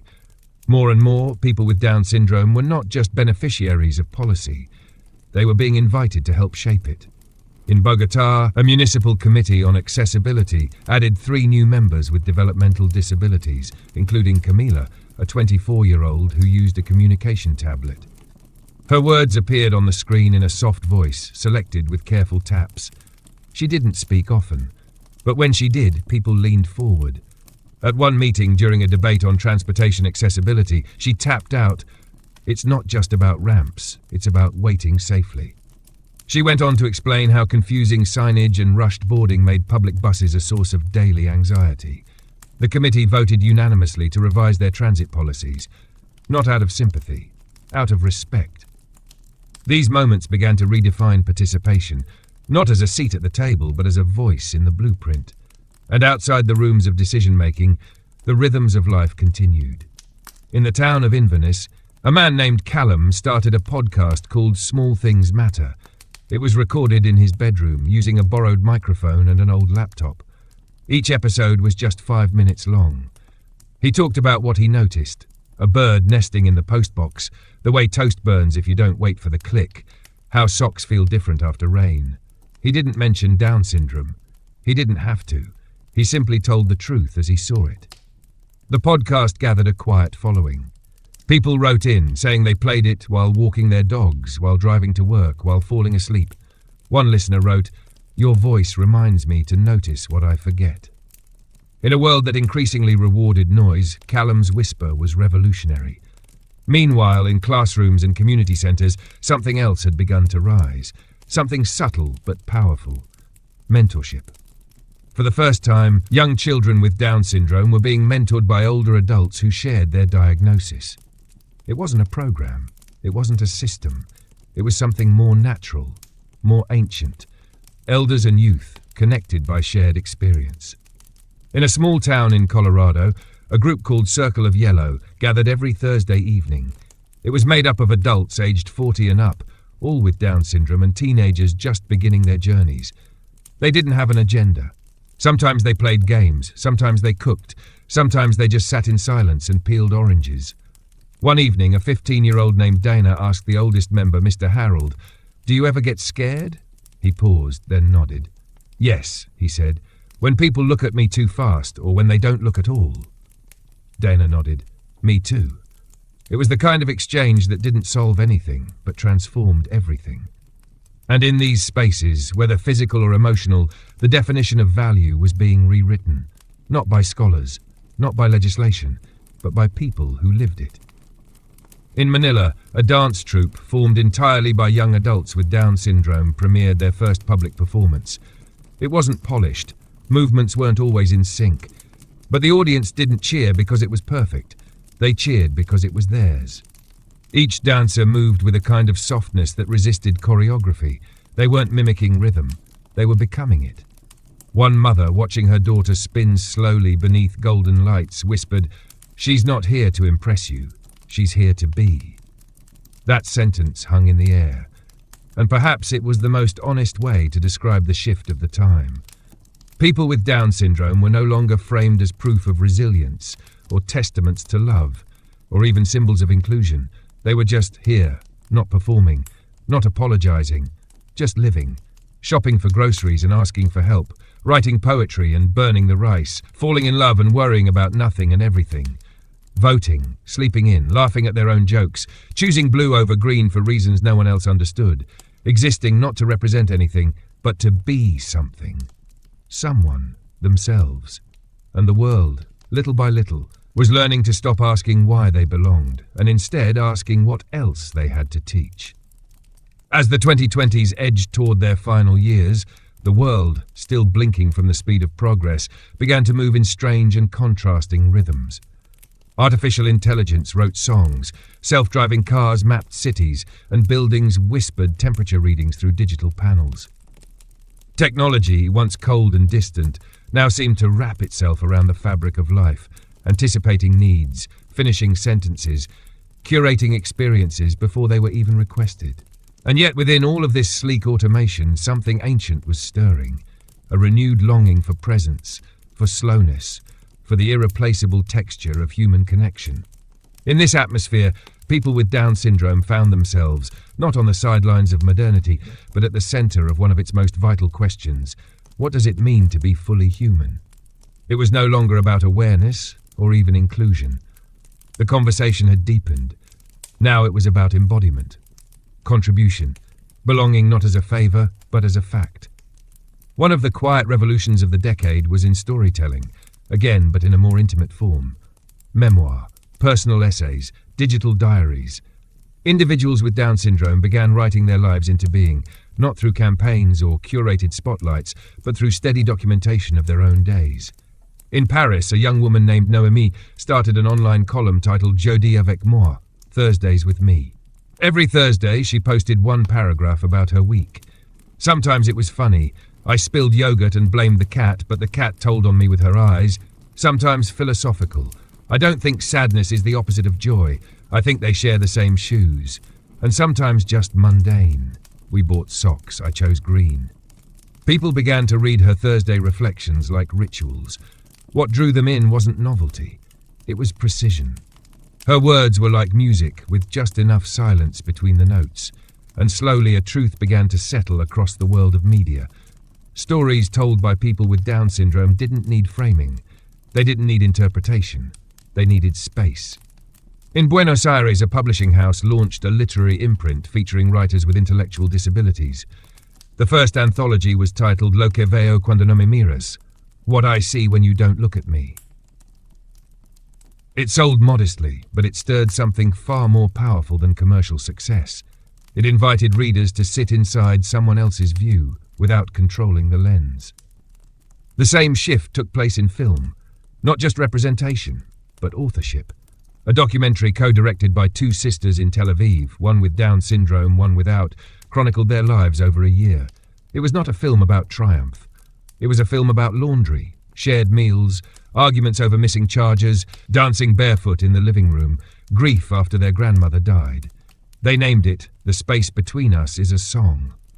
At one screening, during a Q&A, the sister with Down syndrome, her name was Tamar, was asked if she hoped to inspire others. She smiled, then tilted her head.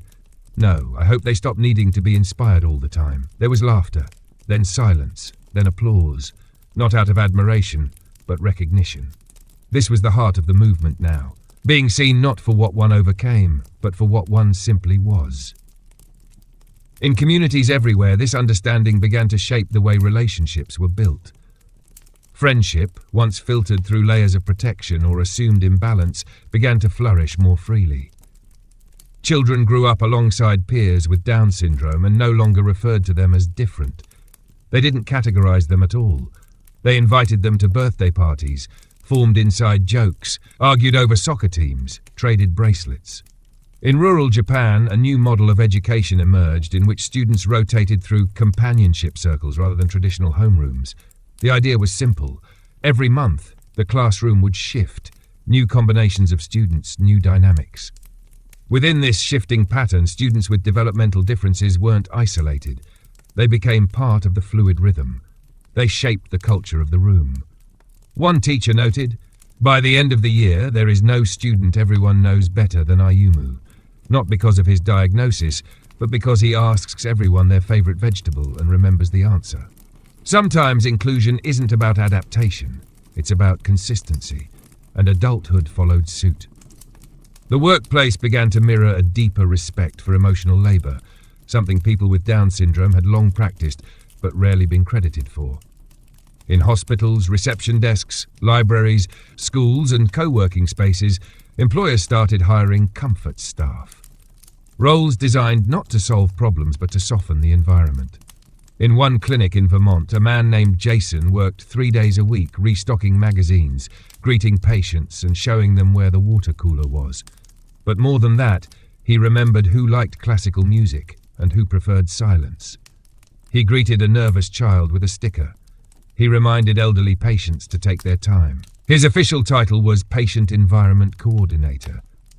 The head nurse, when asked if the role made a difference, said, "I used to think compassion was a nice bonus.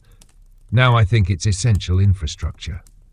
And maybe that was the most important development of all, a global reframing of contribution.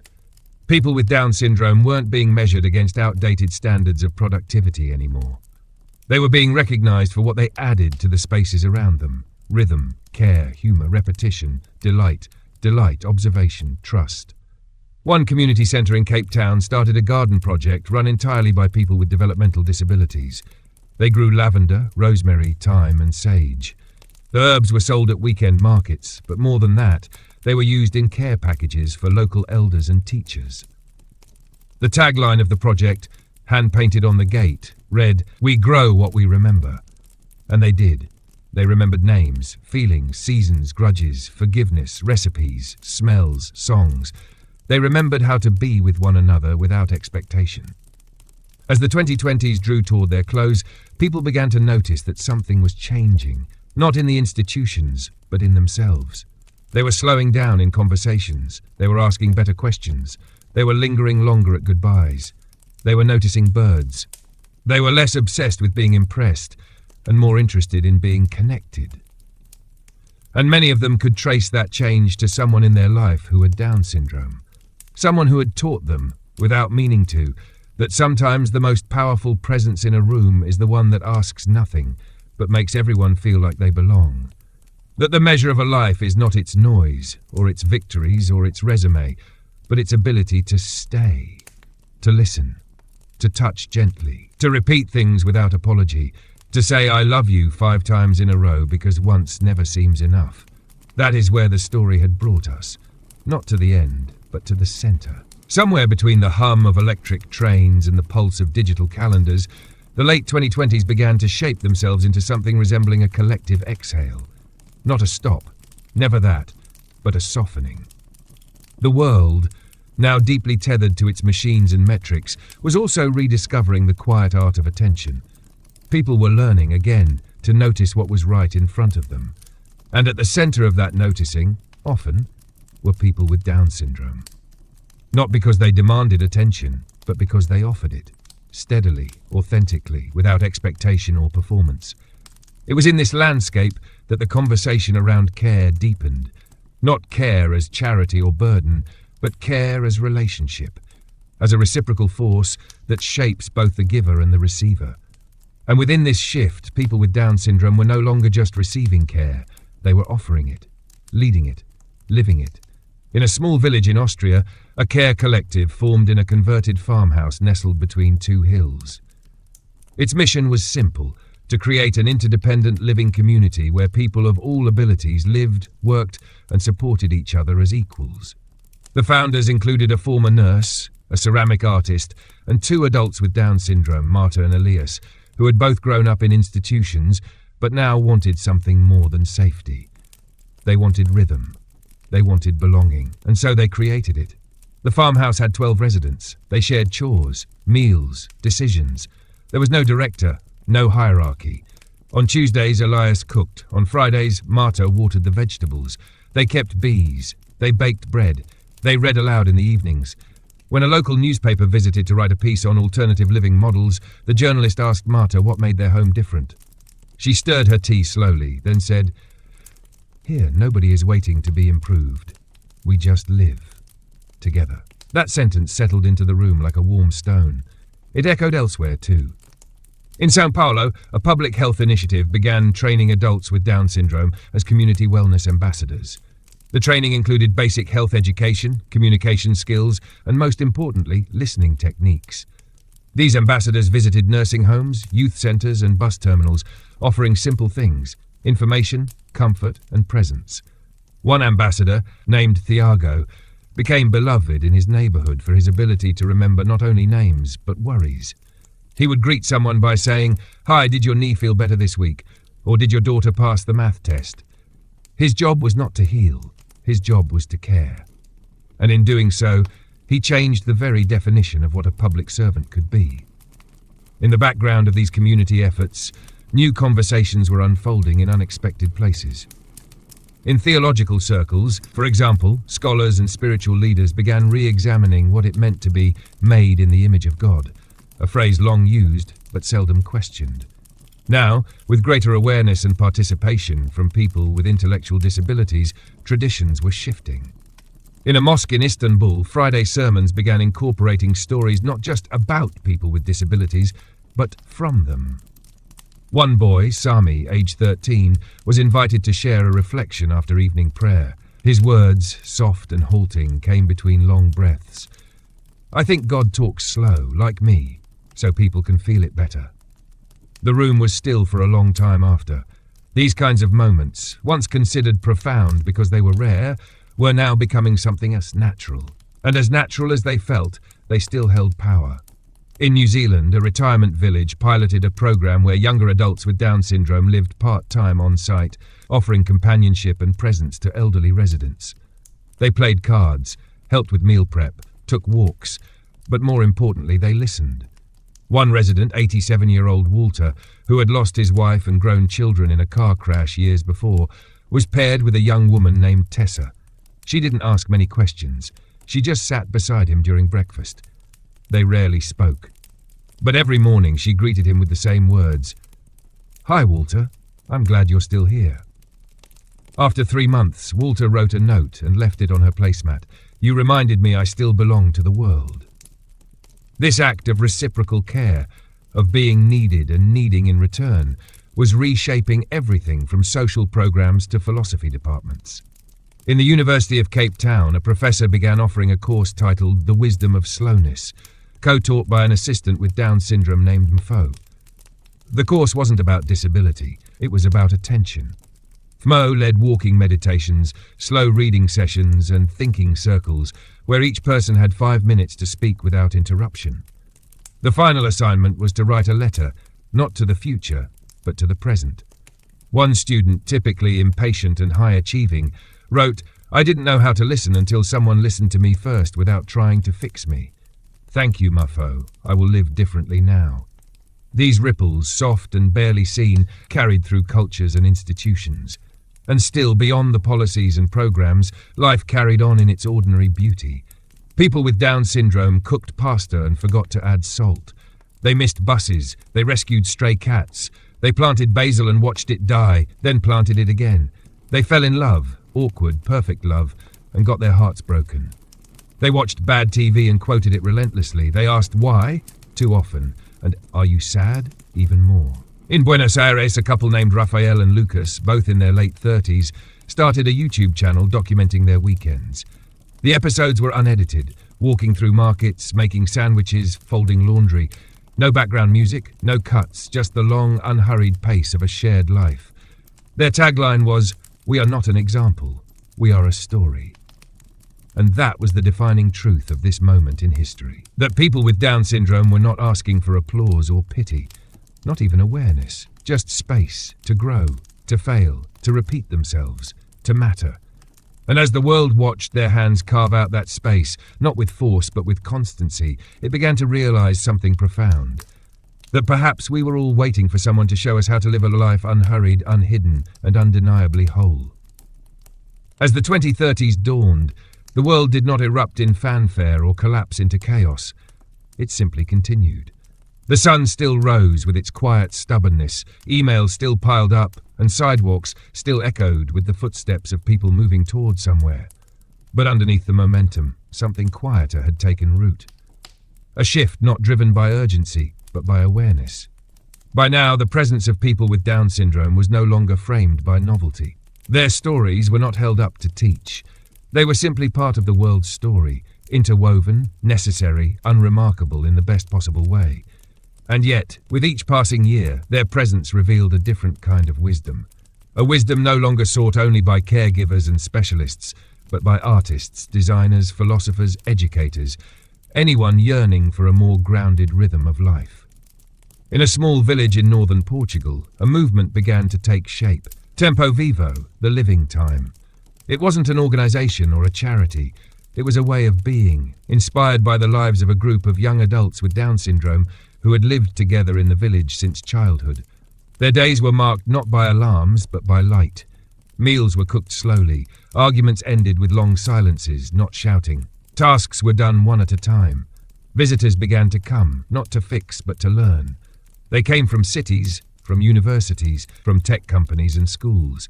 They watched the residents plant herbs in the morning, nap after lunch, walk in pairs through the forest path just because it was Tuesday. One of the visitors, a woman from Tokyo, wrote in her journal, "I had forgotten how to do things with my whole attention." They remembered. That remembering began to travel. In Chicago, a museum launched an exhibit titled Objects of Pause, curated in collaboration with adults with Down syndrome from the community. Each object, an old clock, a blanket, a ceramic mug, was paired with a handwritten card describing a memory it held. One card read, "This is my mother's rolling pin. It smells like Sundays. When I hold it, I feel calm." Another said simply, "This cup is where I drink water after dancing. It helps me come back to my breath." People wandered through the exhibit in near silence, moved not by spectacle, but by resonance. They weren't being taught, they were being reminded. And while culture slowed to listen, science too began to shift its posture. Researchers who once studied Down syndrome only through a biomedical lens were now broadening their focus, not just asking what is lacking, but what is distinct. One breakthrough came in emotional recognition. A study from the University of Melbourne showed that individuals with Down syndrome often excelled at identifying micro-expressions of distress or joy in others, especially when those others tried to hide it. The lead researcher said, "They don't just see the emotion, they feel where it lands." Another study explored how people with Down syndrome experienced time. Many reported not recalling events in strict sequences, but by emotional texture. The day I felt warm from the sun, the time the room smelled like soup, the moment someone said my name like it mattered. These findings weren't merely medical, they were philosophical. They challenged the very frameworks of cognition and value. And yet, for people with Down syndrome, none of this was new. It was the world that was catching up. In homes across the globe, life with them remained, as always, quietly luminous. In a small apartment in Seoul, an elderly woman named Minja, in her 70s, lived with her adult son Ji-hoon, who had Down syndrome. She had grown slower with age, and he had taken over more and more of their routines. Boiling water for tea, adjusting her shawl when she forgot it, feeding the birds on the windowsill they both called the balcony of dreams. Each evening, they watched the news together. She dozed off often, her head resting on his shoulder. Ji-hoon never moved until she woke up.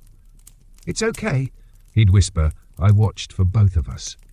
In these tiny gestures lived a world of meaning.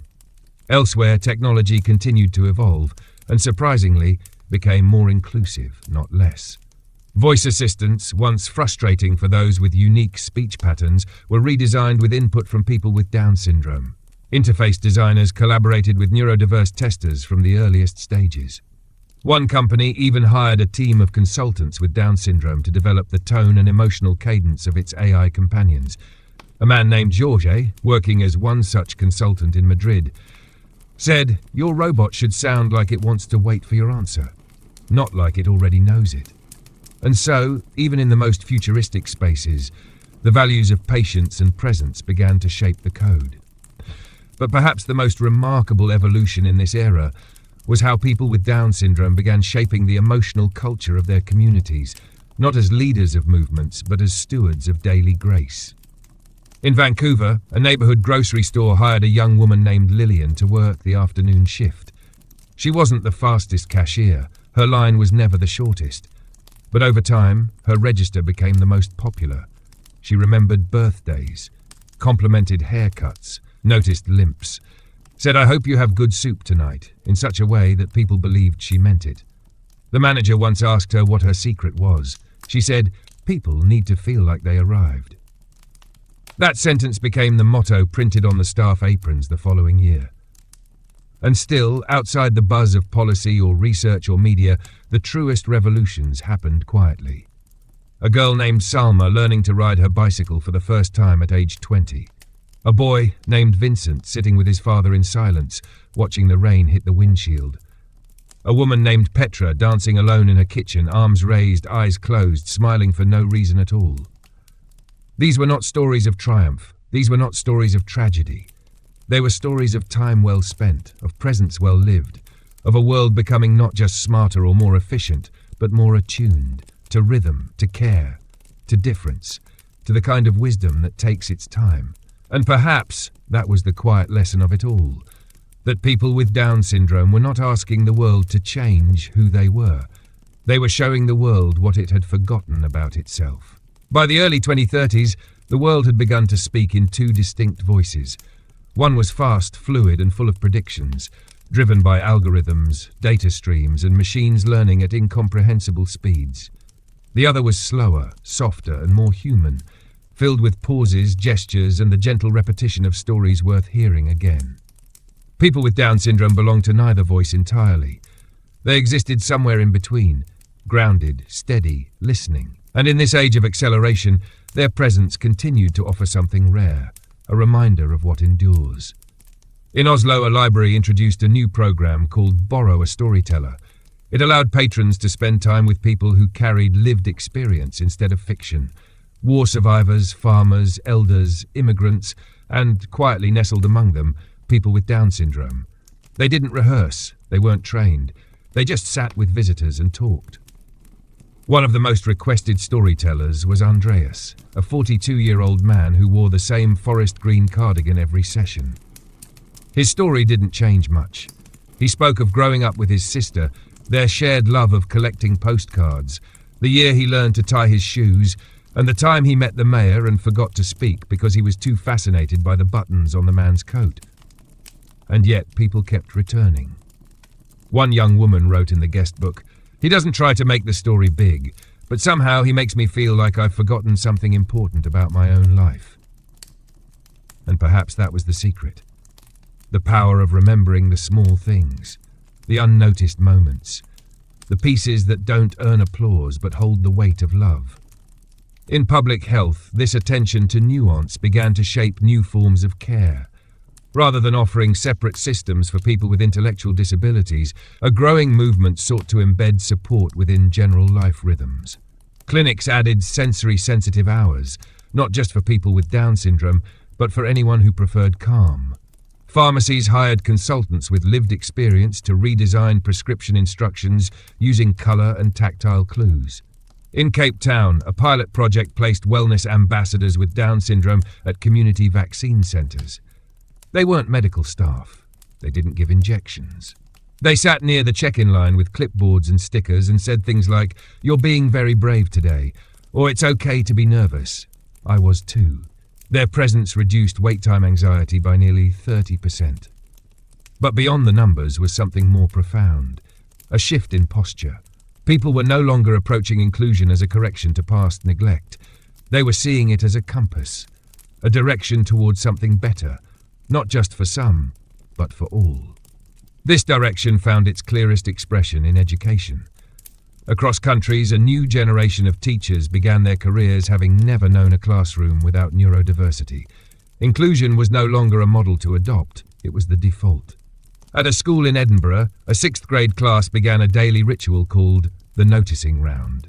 Each student, one by one, shared something they noticed that day, about themselves, about someone else, about the world. No one interrupted. No one corrected. One morning, a student named Ellie, who had Down syndrome, said simply, "The sky this morning was the colour of the inside of a seashell." The room was quiet for a long moment. Then someone whispered, "I saw that too." These kinds of practices, so small, so easily dismissed, were slowly changing the social fabric. Students who grew up with peers like Ellie didn't learn about difference from books. They learned it in shared glances, in held hands on the playground, in group projects where patience wasn't a virtue, but a habit. They didn't grow up to ask, "What can people with Down syndrome do?" They grew up asking, "Why did we ever wonder?" In the workplace, the same recalibration continued. Companies began to expand their idea of value, not just output, but atmosphere. Not just productivity, but presence. Offices with employees who had Down syndrome reported more laughter, fewer skipped lunches, better communication.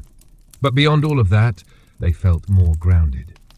In a marketing agency in Barcelona, a man named Esteban became known for his weekly reminder emails, not about deadlines, but about birthdays. He had memorized the entire staff calendar. On Wednesdays, he brought small notes to every desk. Don't forget to smile at Clara today, or today is Diego's day. Tell him he's doing good. The team started calling them Esteban's Echoes. One project manager said, "His notes remind me that my job is not just tasks, it's people." Even as culture became more fragmented, curated feeds, isolated work-from-home schedules, automation creeping into every click, people with Down syndrome anchored something real. Not by resisting change, but by refusing to be rushed by it. They still folded their laundry slowly. They still wrote grocery lists by hand. They still laughed for too long at jokes no one else understood, and then made others laugh too, just by refusing to stop.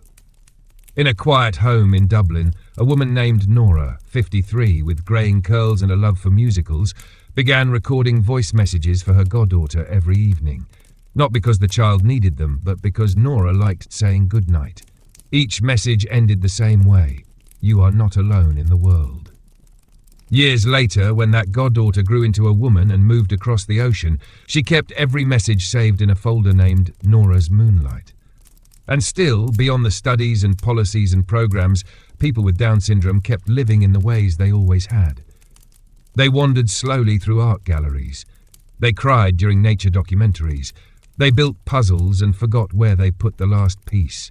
They hugged too tightly and said, "I missed you," even if it had only been an hour. They were not symbols. They were not saints. They were just humans, unapologetically so, and perhaps that was their most enduring contribution. Not the ability to overcome, but the refusal to rush. Not the capacity to fit in, but the courage to remain exactly as they were. And in doing so, to show the rest of us that life is not something to conquer or prove or perfect. It is something to be shared. Not someday, but right now, in full and in love. As the 2030s pressed onward, the world, ever changing, ever churning, began to turn its gaze inward. After decades of reaching out toward faster machines, smarter systems, broader networks, there was a collective pause, subtle but undeniable. Societies began asking softer questions. What makes a community feel alive? What makes a moment worth remembering? What kind of wisdom do we carry, not in our minds, but in our bodies, our habits, our silences? In this slow turning of thought, people with Down syndrome were not ahead or behind. They were right in the middle of it, quiet stewards of a gentler pace, standing at the intersection of presence and persistence. In the coastal city of Split, Croatia, an elder care centre introduced a shared living model that housed young adults with Down syndrome alongside senior citizens with limited mobility. At first, the idea raised eyebrows. Would the routines clash? Would the residents understand one another? But something extraordinary happened. They matched each other's tempo. One morning, a 90-year-old woman named Zora, once a piano teacher, sat beside a young man named Luca as he folded napkins for lunch. Without a word, she began to hum a Chopin nocturne. Luca looked up, listened, and slowly hummed along, off-key but confident.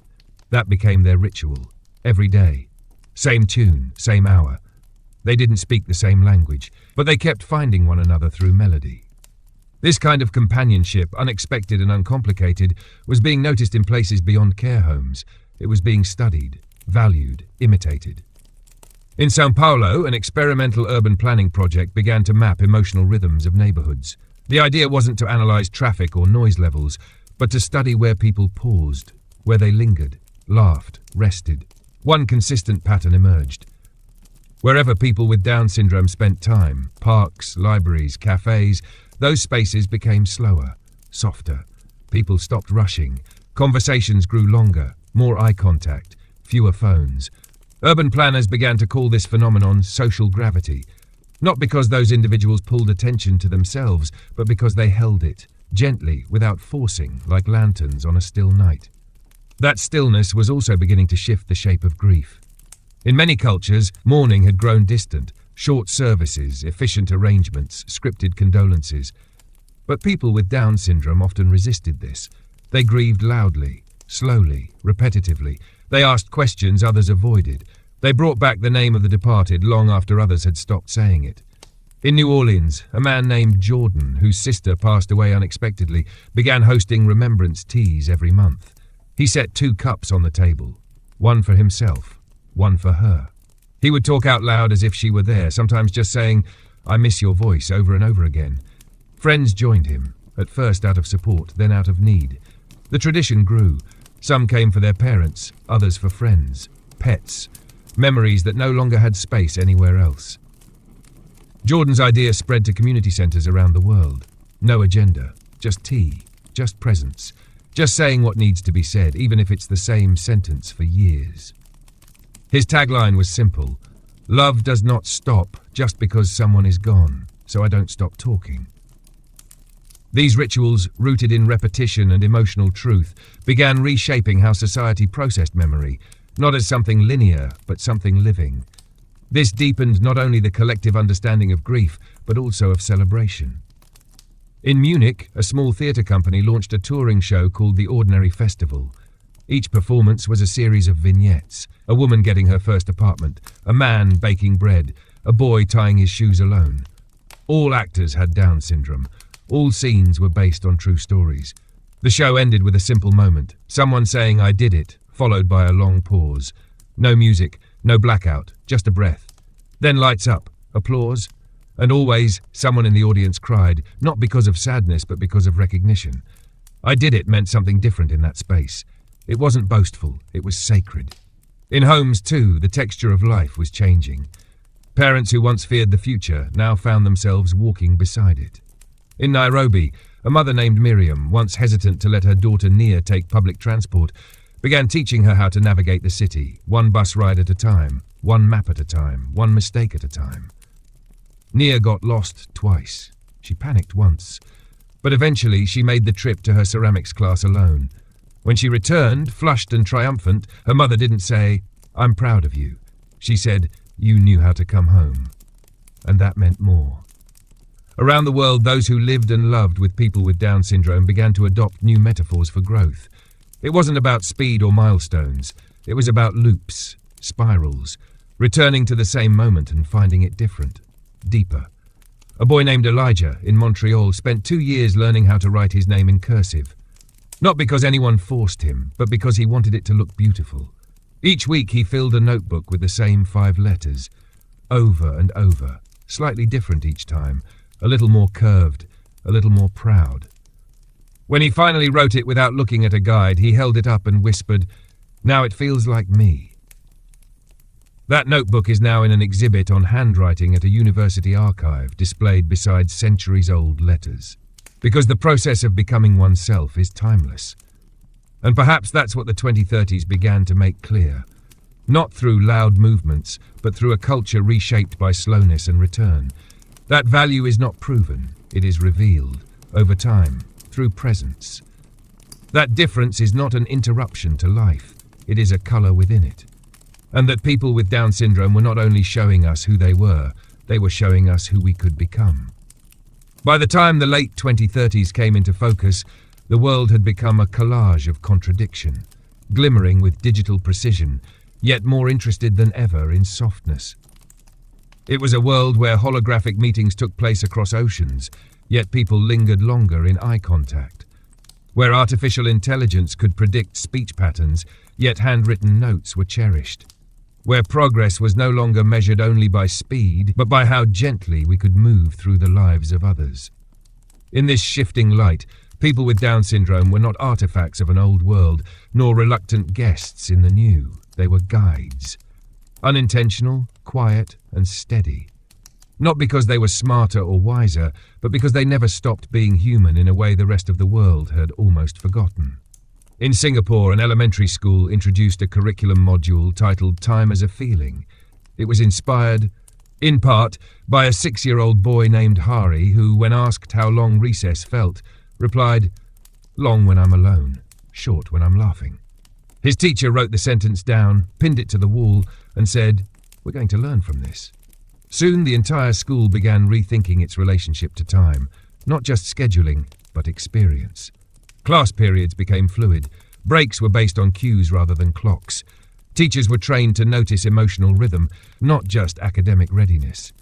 And within that shift, students with Down syndrome didn't need to be accommodated. They became part of the pulse. This way of feeling time, of moving by presence rather than pressure, seeped into other institutions as well. In the bustling city of Chicago, a public library launched a listening desk. It wasn't about checking out books. It was a place where patrons could sit and speak about anything, for as long as they needed. No interruptions, no advice, just listening. The most popular listener was a woman named Janine, who had Down syndrome and a deep love for wordless conversation. She didn't fill silences. She didn't look away. She simply nodded, offered a cup of tea, and waited. A man once came in, sat across from her, and said nothing for 20 minutes. Then he whispered, "My son died last year." Janine reached across the table, placed her hand on his, and said, "I will remember that with you." He returned every week.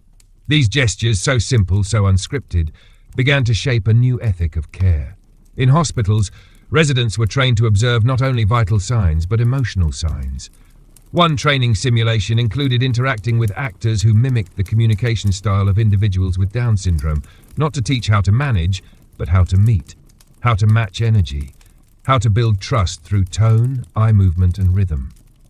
One doctor, after completing the course, said, "They don't teach you this in textbooks, but they should. This is medicine too." And outside institutional spaces, relationships deepened in quieter ways. In Mexico City, a young woman named Alejandra, 21 and learning to live independently, created a friendship club in her apartment complex. She called it Compañeros del Té, the tea companions. The rules were simple. Come as you are. Talk if you want. Sing if you feel like it. Listen if you can. The club became a haven not just for people with disabilities, but for shy children, lonely elders, overwhelmed parents. Every Sunday they met in the courtyard with mismatched mugs and played old songs from a portable speaker. One afternoon, as the group danced in slow circles under a tree, a new member whispered, "I haven't laughed like this in years." Alejandra didn't respond with words. She offered a cookie, then a napkin for the tears. In these moments, no one was performing inclusion. They were simply being with. And it was this being with that began to influence even the most impersonal systems. In Berlin, a transportation redesign team sought to improve commuter experience. They recruited focus groups from across the population, including several adults with Down syndrome. What they contributed wasn't about efficiency. It was about emotion. One participant said, "I don't like when the signs flash too fast. I feel like they're angry at me." Another said, "I smile when the train conductor says hello. I want more voices." The final design included slower transitions on signage, pre-boarding greetings from conductors, and soothing chime tones like birds, not machines. Passenger satisfaction rose. But more than that, the trains began to feel kinder. And while cities adapted, families continued their quiet legacies. In Manila, a grandmother named Leela taught her grandson Mateo, who had Down syndrome, how to make her ancestral dish, a slow-cooked stew with too many steps and no written recipe. It took weeks. They burnt it 3 times. Mateo kept forgetting the order. But on the night they got it right, Lila took a photo, not of the dish, but of his hands. She printed it and wrote beneath it, "He didn't just learn my food, he learned my patience." That photo was framed in their kitchen, where it remained even after Lila passed. And Mateo continued to make the stew every Sunday, telling anyone who came by, "This is for remembering." In this era, remembering itself became an act of care. People with Down syndrome, who so often experienced memory not as linear chronology, but as layered emotion, taught others how to dwell in the present as if it were sacred. They repeated greetings, revisited stories, re-asked questions not out of confusion, but because that was the moment that mattered. A girl named Serena, when asked why she hugged her mother goodbye 5 times every morning, said, "Because the last one always feels best." That sentence was later quoted in a university lecture on temporal awareness. The professor paused after reading it aloud and said, "We spend so much time measuring time. Maybe we should try feeling it instead." By the close of the decade, the impact of these quiet lives was no longer anecdotal. It was structural, societal. measurable not just in accommodations made, but in the emotional fluency of an entire generation. Children were being raised in environments where people with Down syndrome were not treated as exceptions, but as emotional anchors, as culture shapers, as rhythm keepers in a world that had once forgotten how to breathe between lines. And maybe that was the true revolution of the time.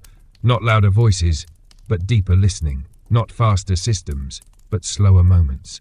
Not perfect lives, but full ones, lived with open hearts, steady feet, and hands that reached not upward but outward, to touch, to share, to stay. By the time the world reached the closing stretch of the 2030s, something rare had begun to take root. Not a new technology, not a political movement, but a kind of emotional fluency that had once seemed too delicate for the pace of modern life. It moved slowly, without campaigns or slogans. It made no promises. It was felt in kitchens and classrooms, on quiet benches and in long embraces. And in the heart of that quiet fluency lived a population once pushed aside, now fully interwoven, people with Down syndrome, not as mascots, not as miracles, but as neighbours, as friends, as steady keepers of a rhythm the world had remembered how to love. In Seoul, a new term had begun to appear in everyday speech, Sonyo Sim, which roughly translated to childlike heart, but carried more weight than innocence. It was used to describe someone whose joy was unguarded, whose kindness was instinctual, whose presence brought softness to hard corners. And more often than not, when someone used the word, they were thinking of someone like Min Jun. He worked in a flower shop tucked beside an old temple. He didn't know the Latin names of the plants, and he couldn't always remember prices. But he greeted everyone with a bow and a phrase he said the same way each time. Today is a good day to notice beauty. Customers came for the lilies, but they returned for Min Jun. His favourite part of the job was watering. Not quickly, not all at once, but slowly, one plant at a time, singing under his breath. One afternoon, a customer asked why he always sang. He replied, because they grow better when someone loves them out loud. That sentence was later embroidered on aprons for every staff member. In the Netherlands, a new form of elder care began to emerge, not one of isolation, but of return. Families with aging members who had Down syndrome started co-living with relatives instead of sending them to care facilities. The houses were adapted, not only physically, but emotionally. They were quieter, slower, more colourful. Laughter echoed down hallways where once there had been only silence. One woman, Els, who had lived in the same home since childhood and was now in her 60s, shared a room with her great niece. They brushed each other's hair at night. They watched old movies. Sometimes they argued over what to eat for dinner. But when the younger one had a hard day at school, Els would hold her hand and say, "You are still good, even when you are sad." That phrase became the girl's favourite sentence. She whispered it to herself years later before exams, on lonely nights in her dorm, when the world felt heavy and unsure. And so it went. Again and again, people with Down syndrome leaving small fingerprints on the souls of others. Unintentionally, unforgettably. In Santiago, a man named Rodrigo was hired by a municipal archive as a memory assistant. His role was to organize digital records, but his true contribution came from something else entirely, remembering stories people told him in passing. He didn't forget them, ever. A researcher mentioned her favorite childhood song. Rodrigo learned to play it on the harmonica and surprised her on her birthday. A custodian spoke of a son he lost years ago. Rodrigo brought him a candle on the anniversary, placed it on his desk and said he is still in the room. Rodrigo's job title eventually changed. He became the Cultural Presence Coordinator. When asked what that meant, he shrugged and said, "I help people feel like they're not invisible." In Mumbai, a dance studio opened its doors to a wider spectrum of movement. It wasn't a studio for people with disabilities. It was a studio for people with stories. And there, under soft amber lights, two best friends, Arun and Kabir, both in their 20s, both with Down syndrome, created a performance titled How We Walk Through Rain. It wasn't choreographed in the traditional sense. They wandered, they paused, they held each other's hands, they took off their shoes. They lay down on the floor. The audience wept, not because it was sad, but because it was true. After the performance, someone asked Arun what the dance meant. He replied, "Sometimes the rain is heavy, but we don't stop walking. We walk with each other. That's the dance. In universities, scholars began publishing papers not about the deficits of Down syndrome, but about the philosophy embedded within its worldview. They wrote of embodied time, of relational memory, of non-linear communication. A philosopher in Kyoto published a paper titled Wisdom Without Hurry. It explored how people with Down syndrome experience the world not in fragments, but in emotional textures. He wrote, "We spend our lives trying to map things, days, accomplishments, identities, but they feel the terrain instead. They live in the valleys we fly over, and they invite us to walk there, slowly." And walk we did, with them, beside them, because of them. And even in grief, the lessons held. In a small town in Canada, when 34-year-old Clara passed away in her sleep, her community did not hold a moment of silence. They held a moment of song, her favourite, a lullaby she used to hum to her neighbour's baby. Dozens gathered in a circle, each taking turns humming it out loud. No words, just the tune. Later, the baby, now grown, would say that he didn't remember Clara's face, but he remembered her sound. And when he heard it, even years later, he felt safe. That safety, of being seen, of being kept, of being valued just as one is, was the legacy now. Not in data, not in documentaries, but in the way someone poured tea, in the way someone greeted the mail carrier by name, in the way someone asked again and again, "Are you okay?" and meant it. By the end of the decade, the question was no longer, what can people with Down syndrome do? The question had become, how lucky are we to have walked this life with them at all? And so we arrive at the final stretch of this long and quiet journey, not to close it, but to rest within it. To sit a while in the presence of what has been learned, remembered, shared. By the early 2040s, the world had woven people with Down syndrome so deeply into its fabric that it no longer called it inclusion. It simply called it life. Not perfect, not finished, but full. Their presence no longer needed to be argued for, no longer needed the protective scaffolding of explanation or exception. They were not symbols, nor the emotional punctuation in stories told by others. They were authors in their own right, composers of days, architects of memory, the quiet pulse beneath a loud and restless world. In rural Vermont, a retreat center called the House with Two Clocks became quietly famous. It was named after the two clocks in its foyer, one ticking in standard time, the other marking emotional time, a slow, irregular pulse activated by touch. The second clock had been invented by a group of neurodivergent artists, two of whom had Down syndrome. Visitors came not for therapy, but to remember how to listen. They participated in workshops with titles like The Value of Repeating Yourself or Stillness as Conversation. One session simply invited people to sit across from someone else and say nothing for 5 minutes. One participant later said, "I hadn't been seen like that since I was a child." In the cities, too, the landscape had changed, not just architecturally, but emotionally. Transit maps included not only routes, but resting stops for the mind.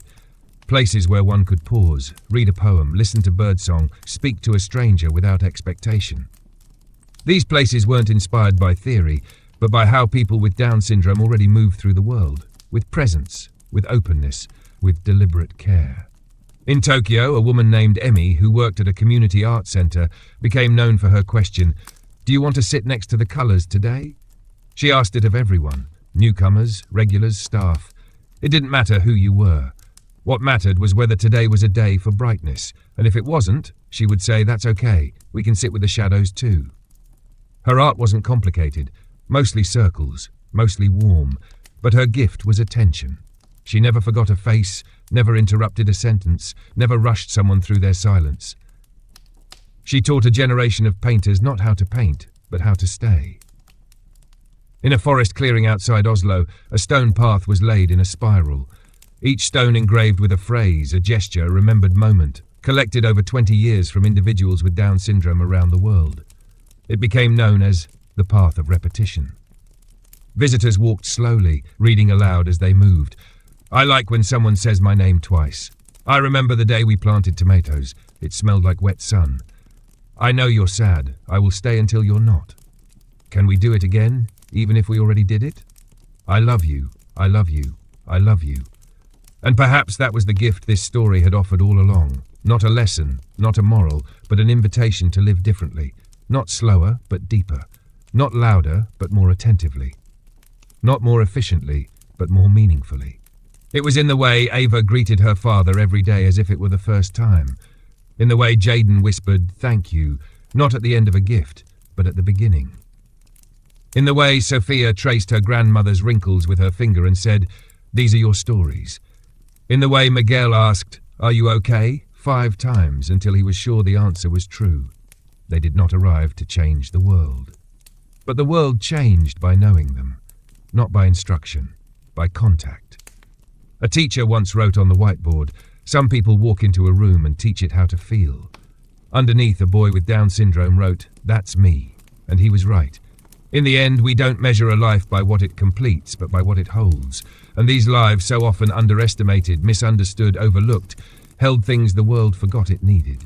Patience, laughter, touch, repetition, presence, love with no performance, and perhaps the most radical act of all, joy again and again and again.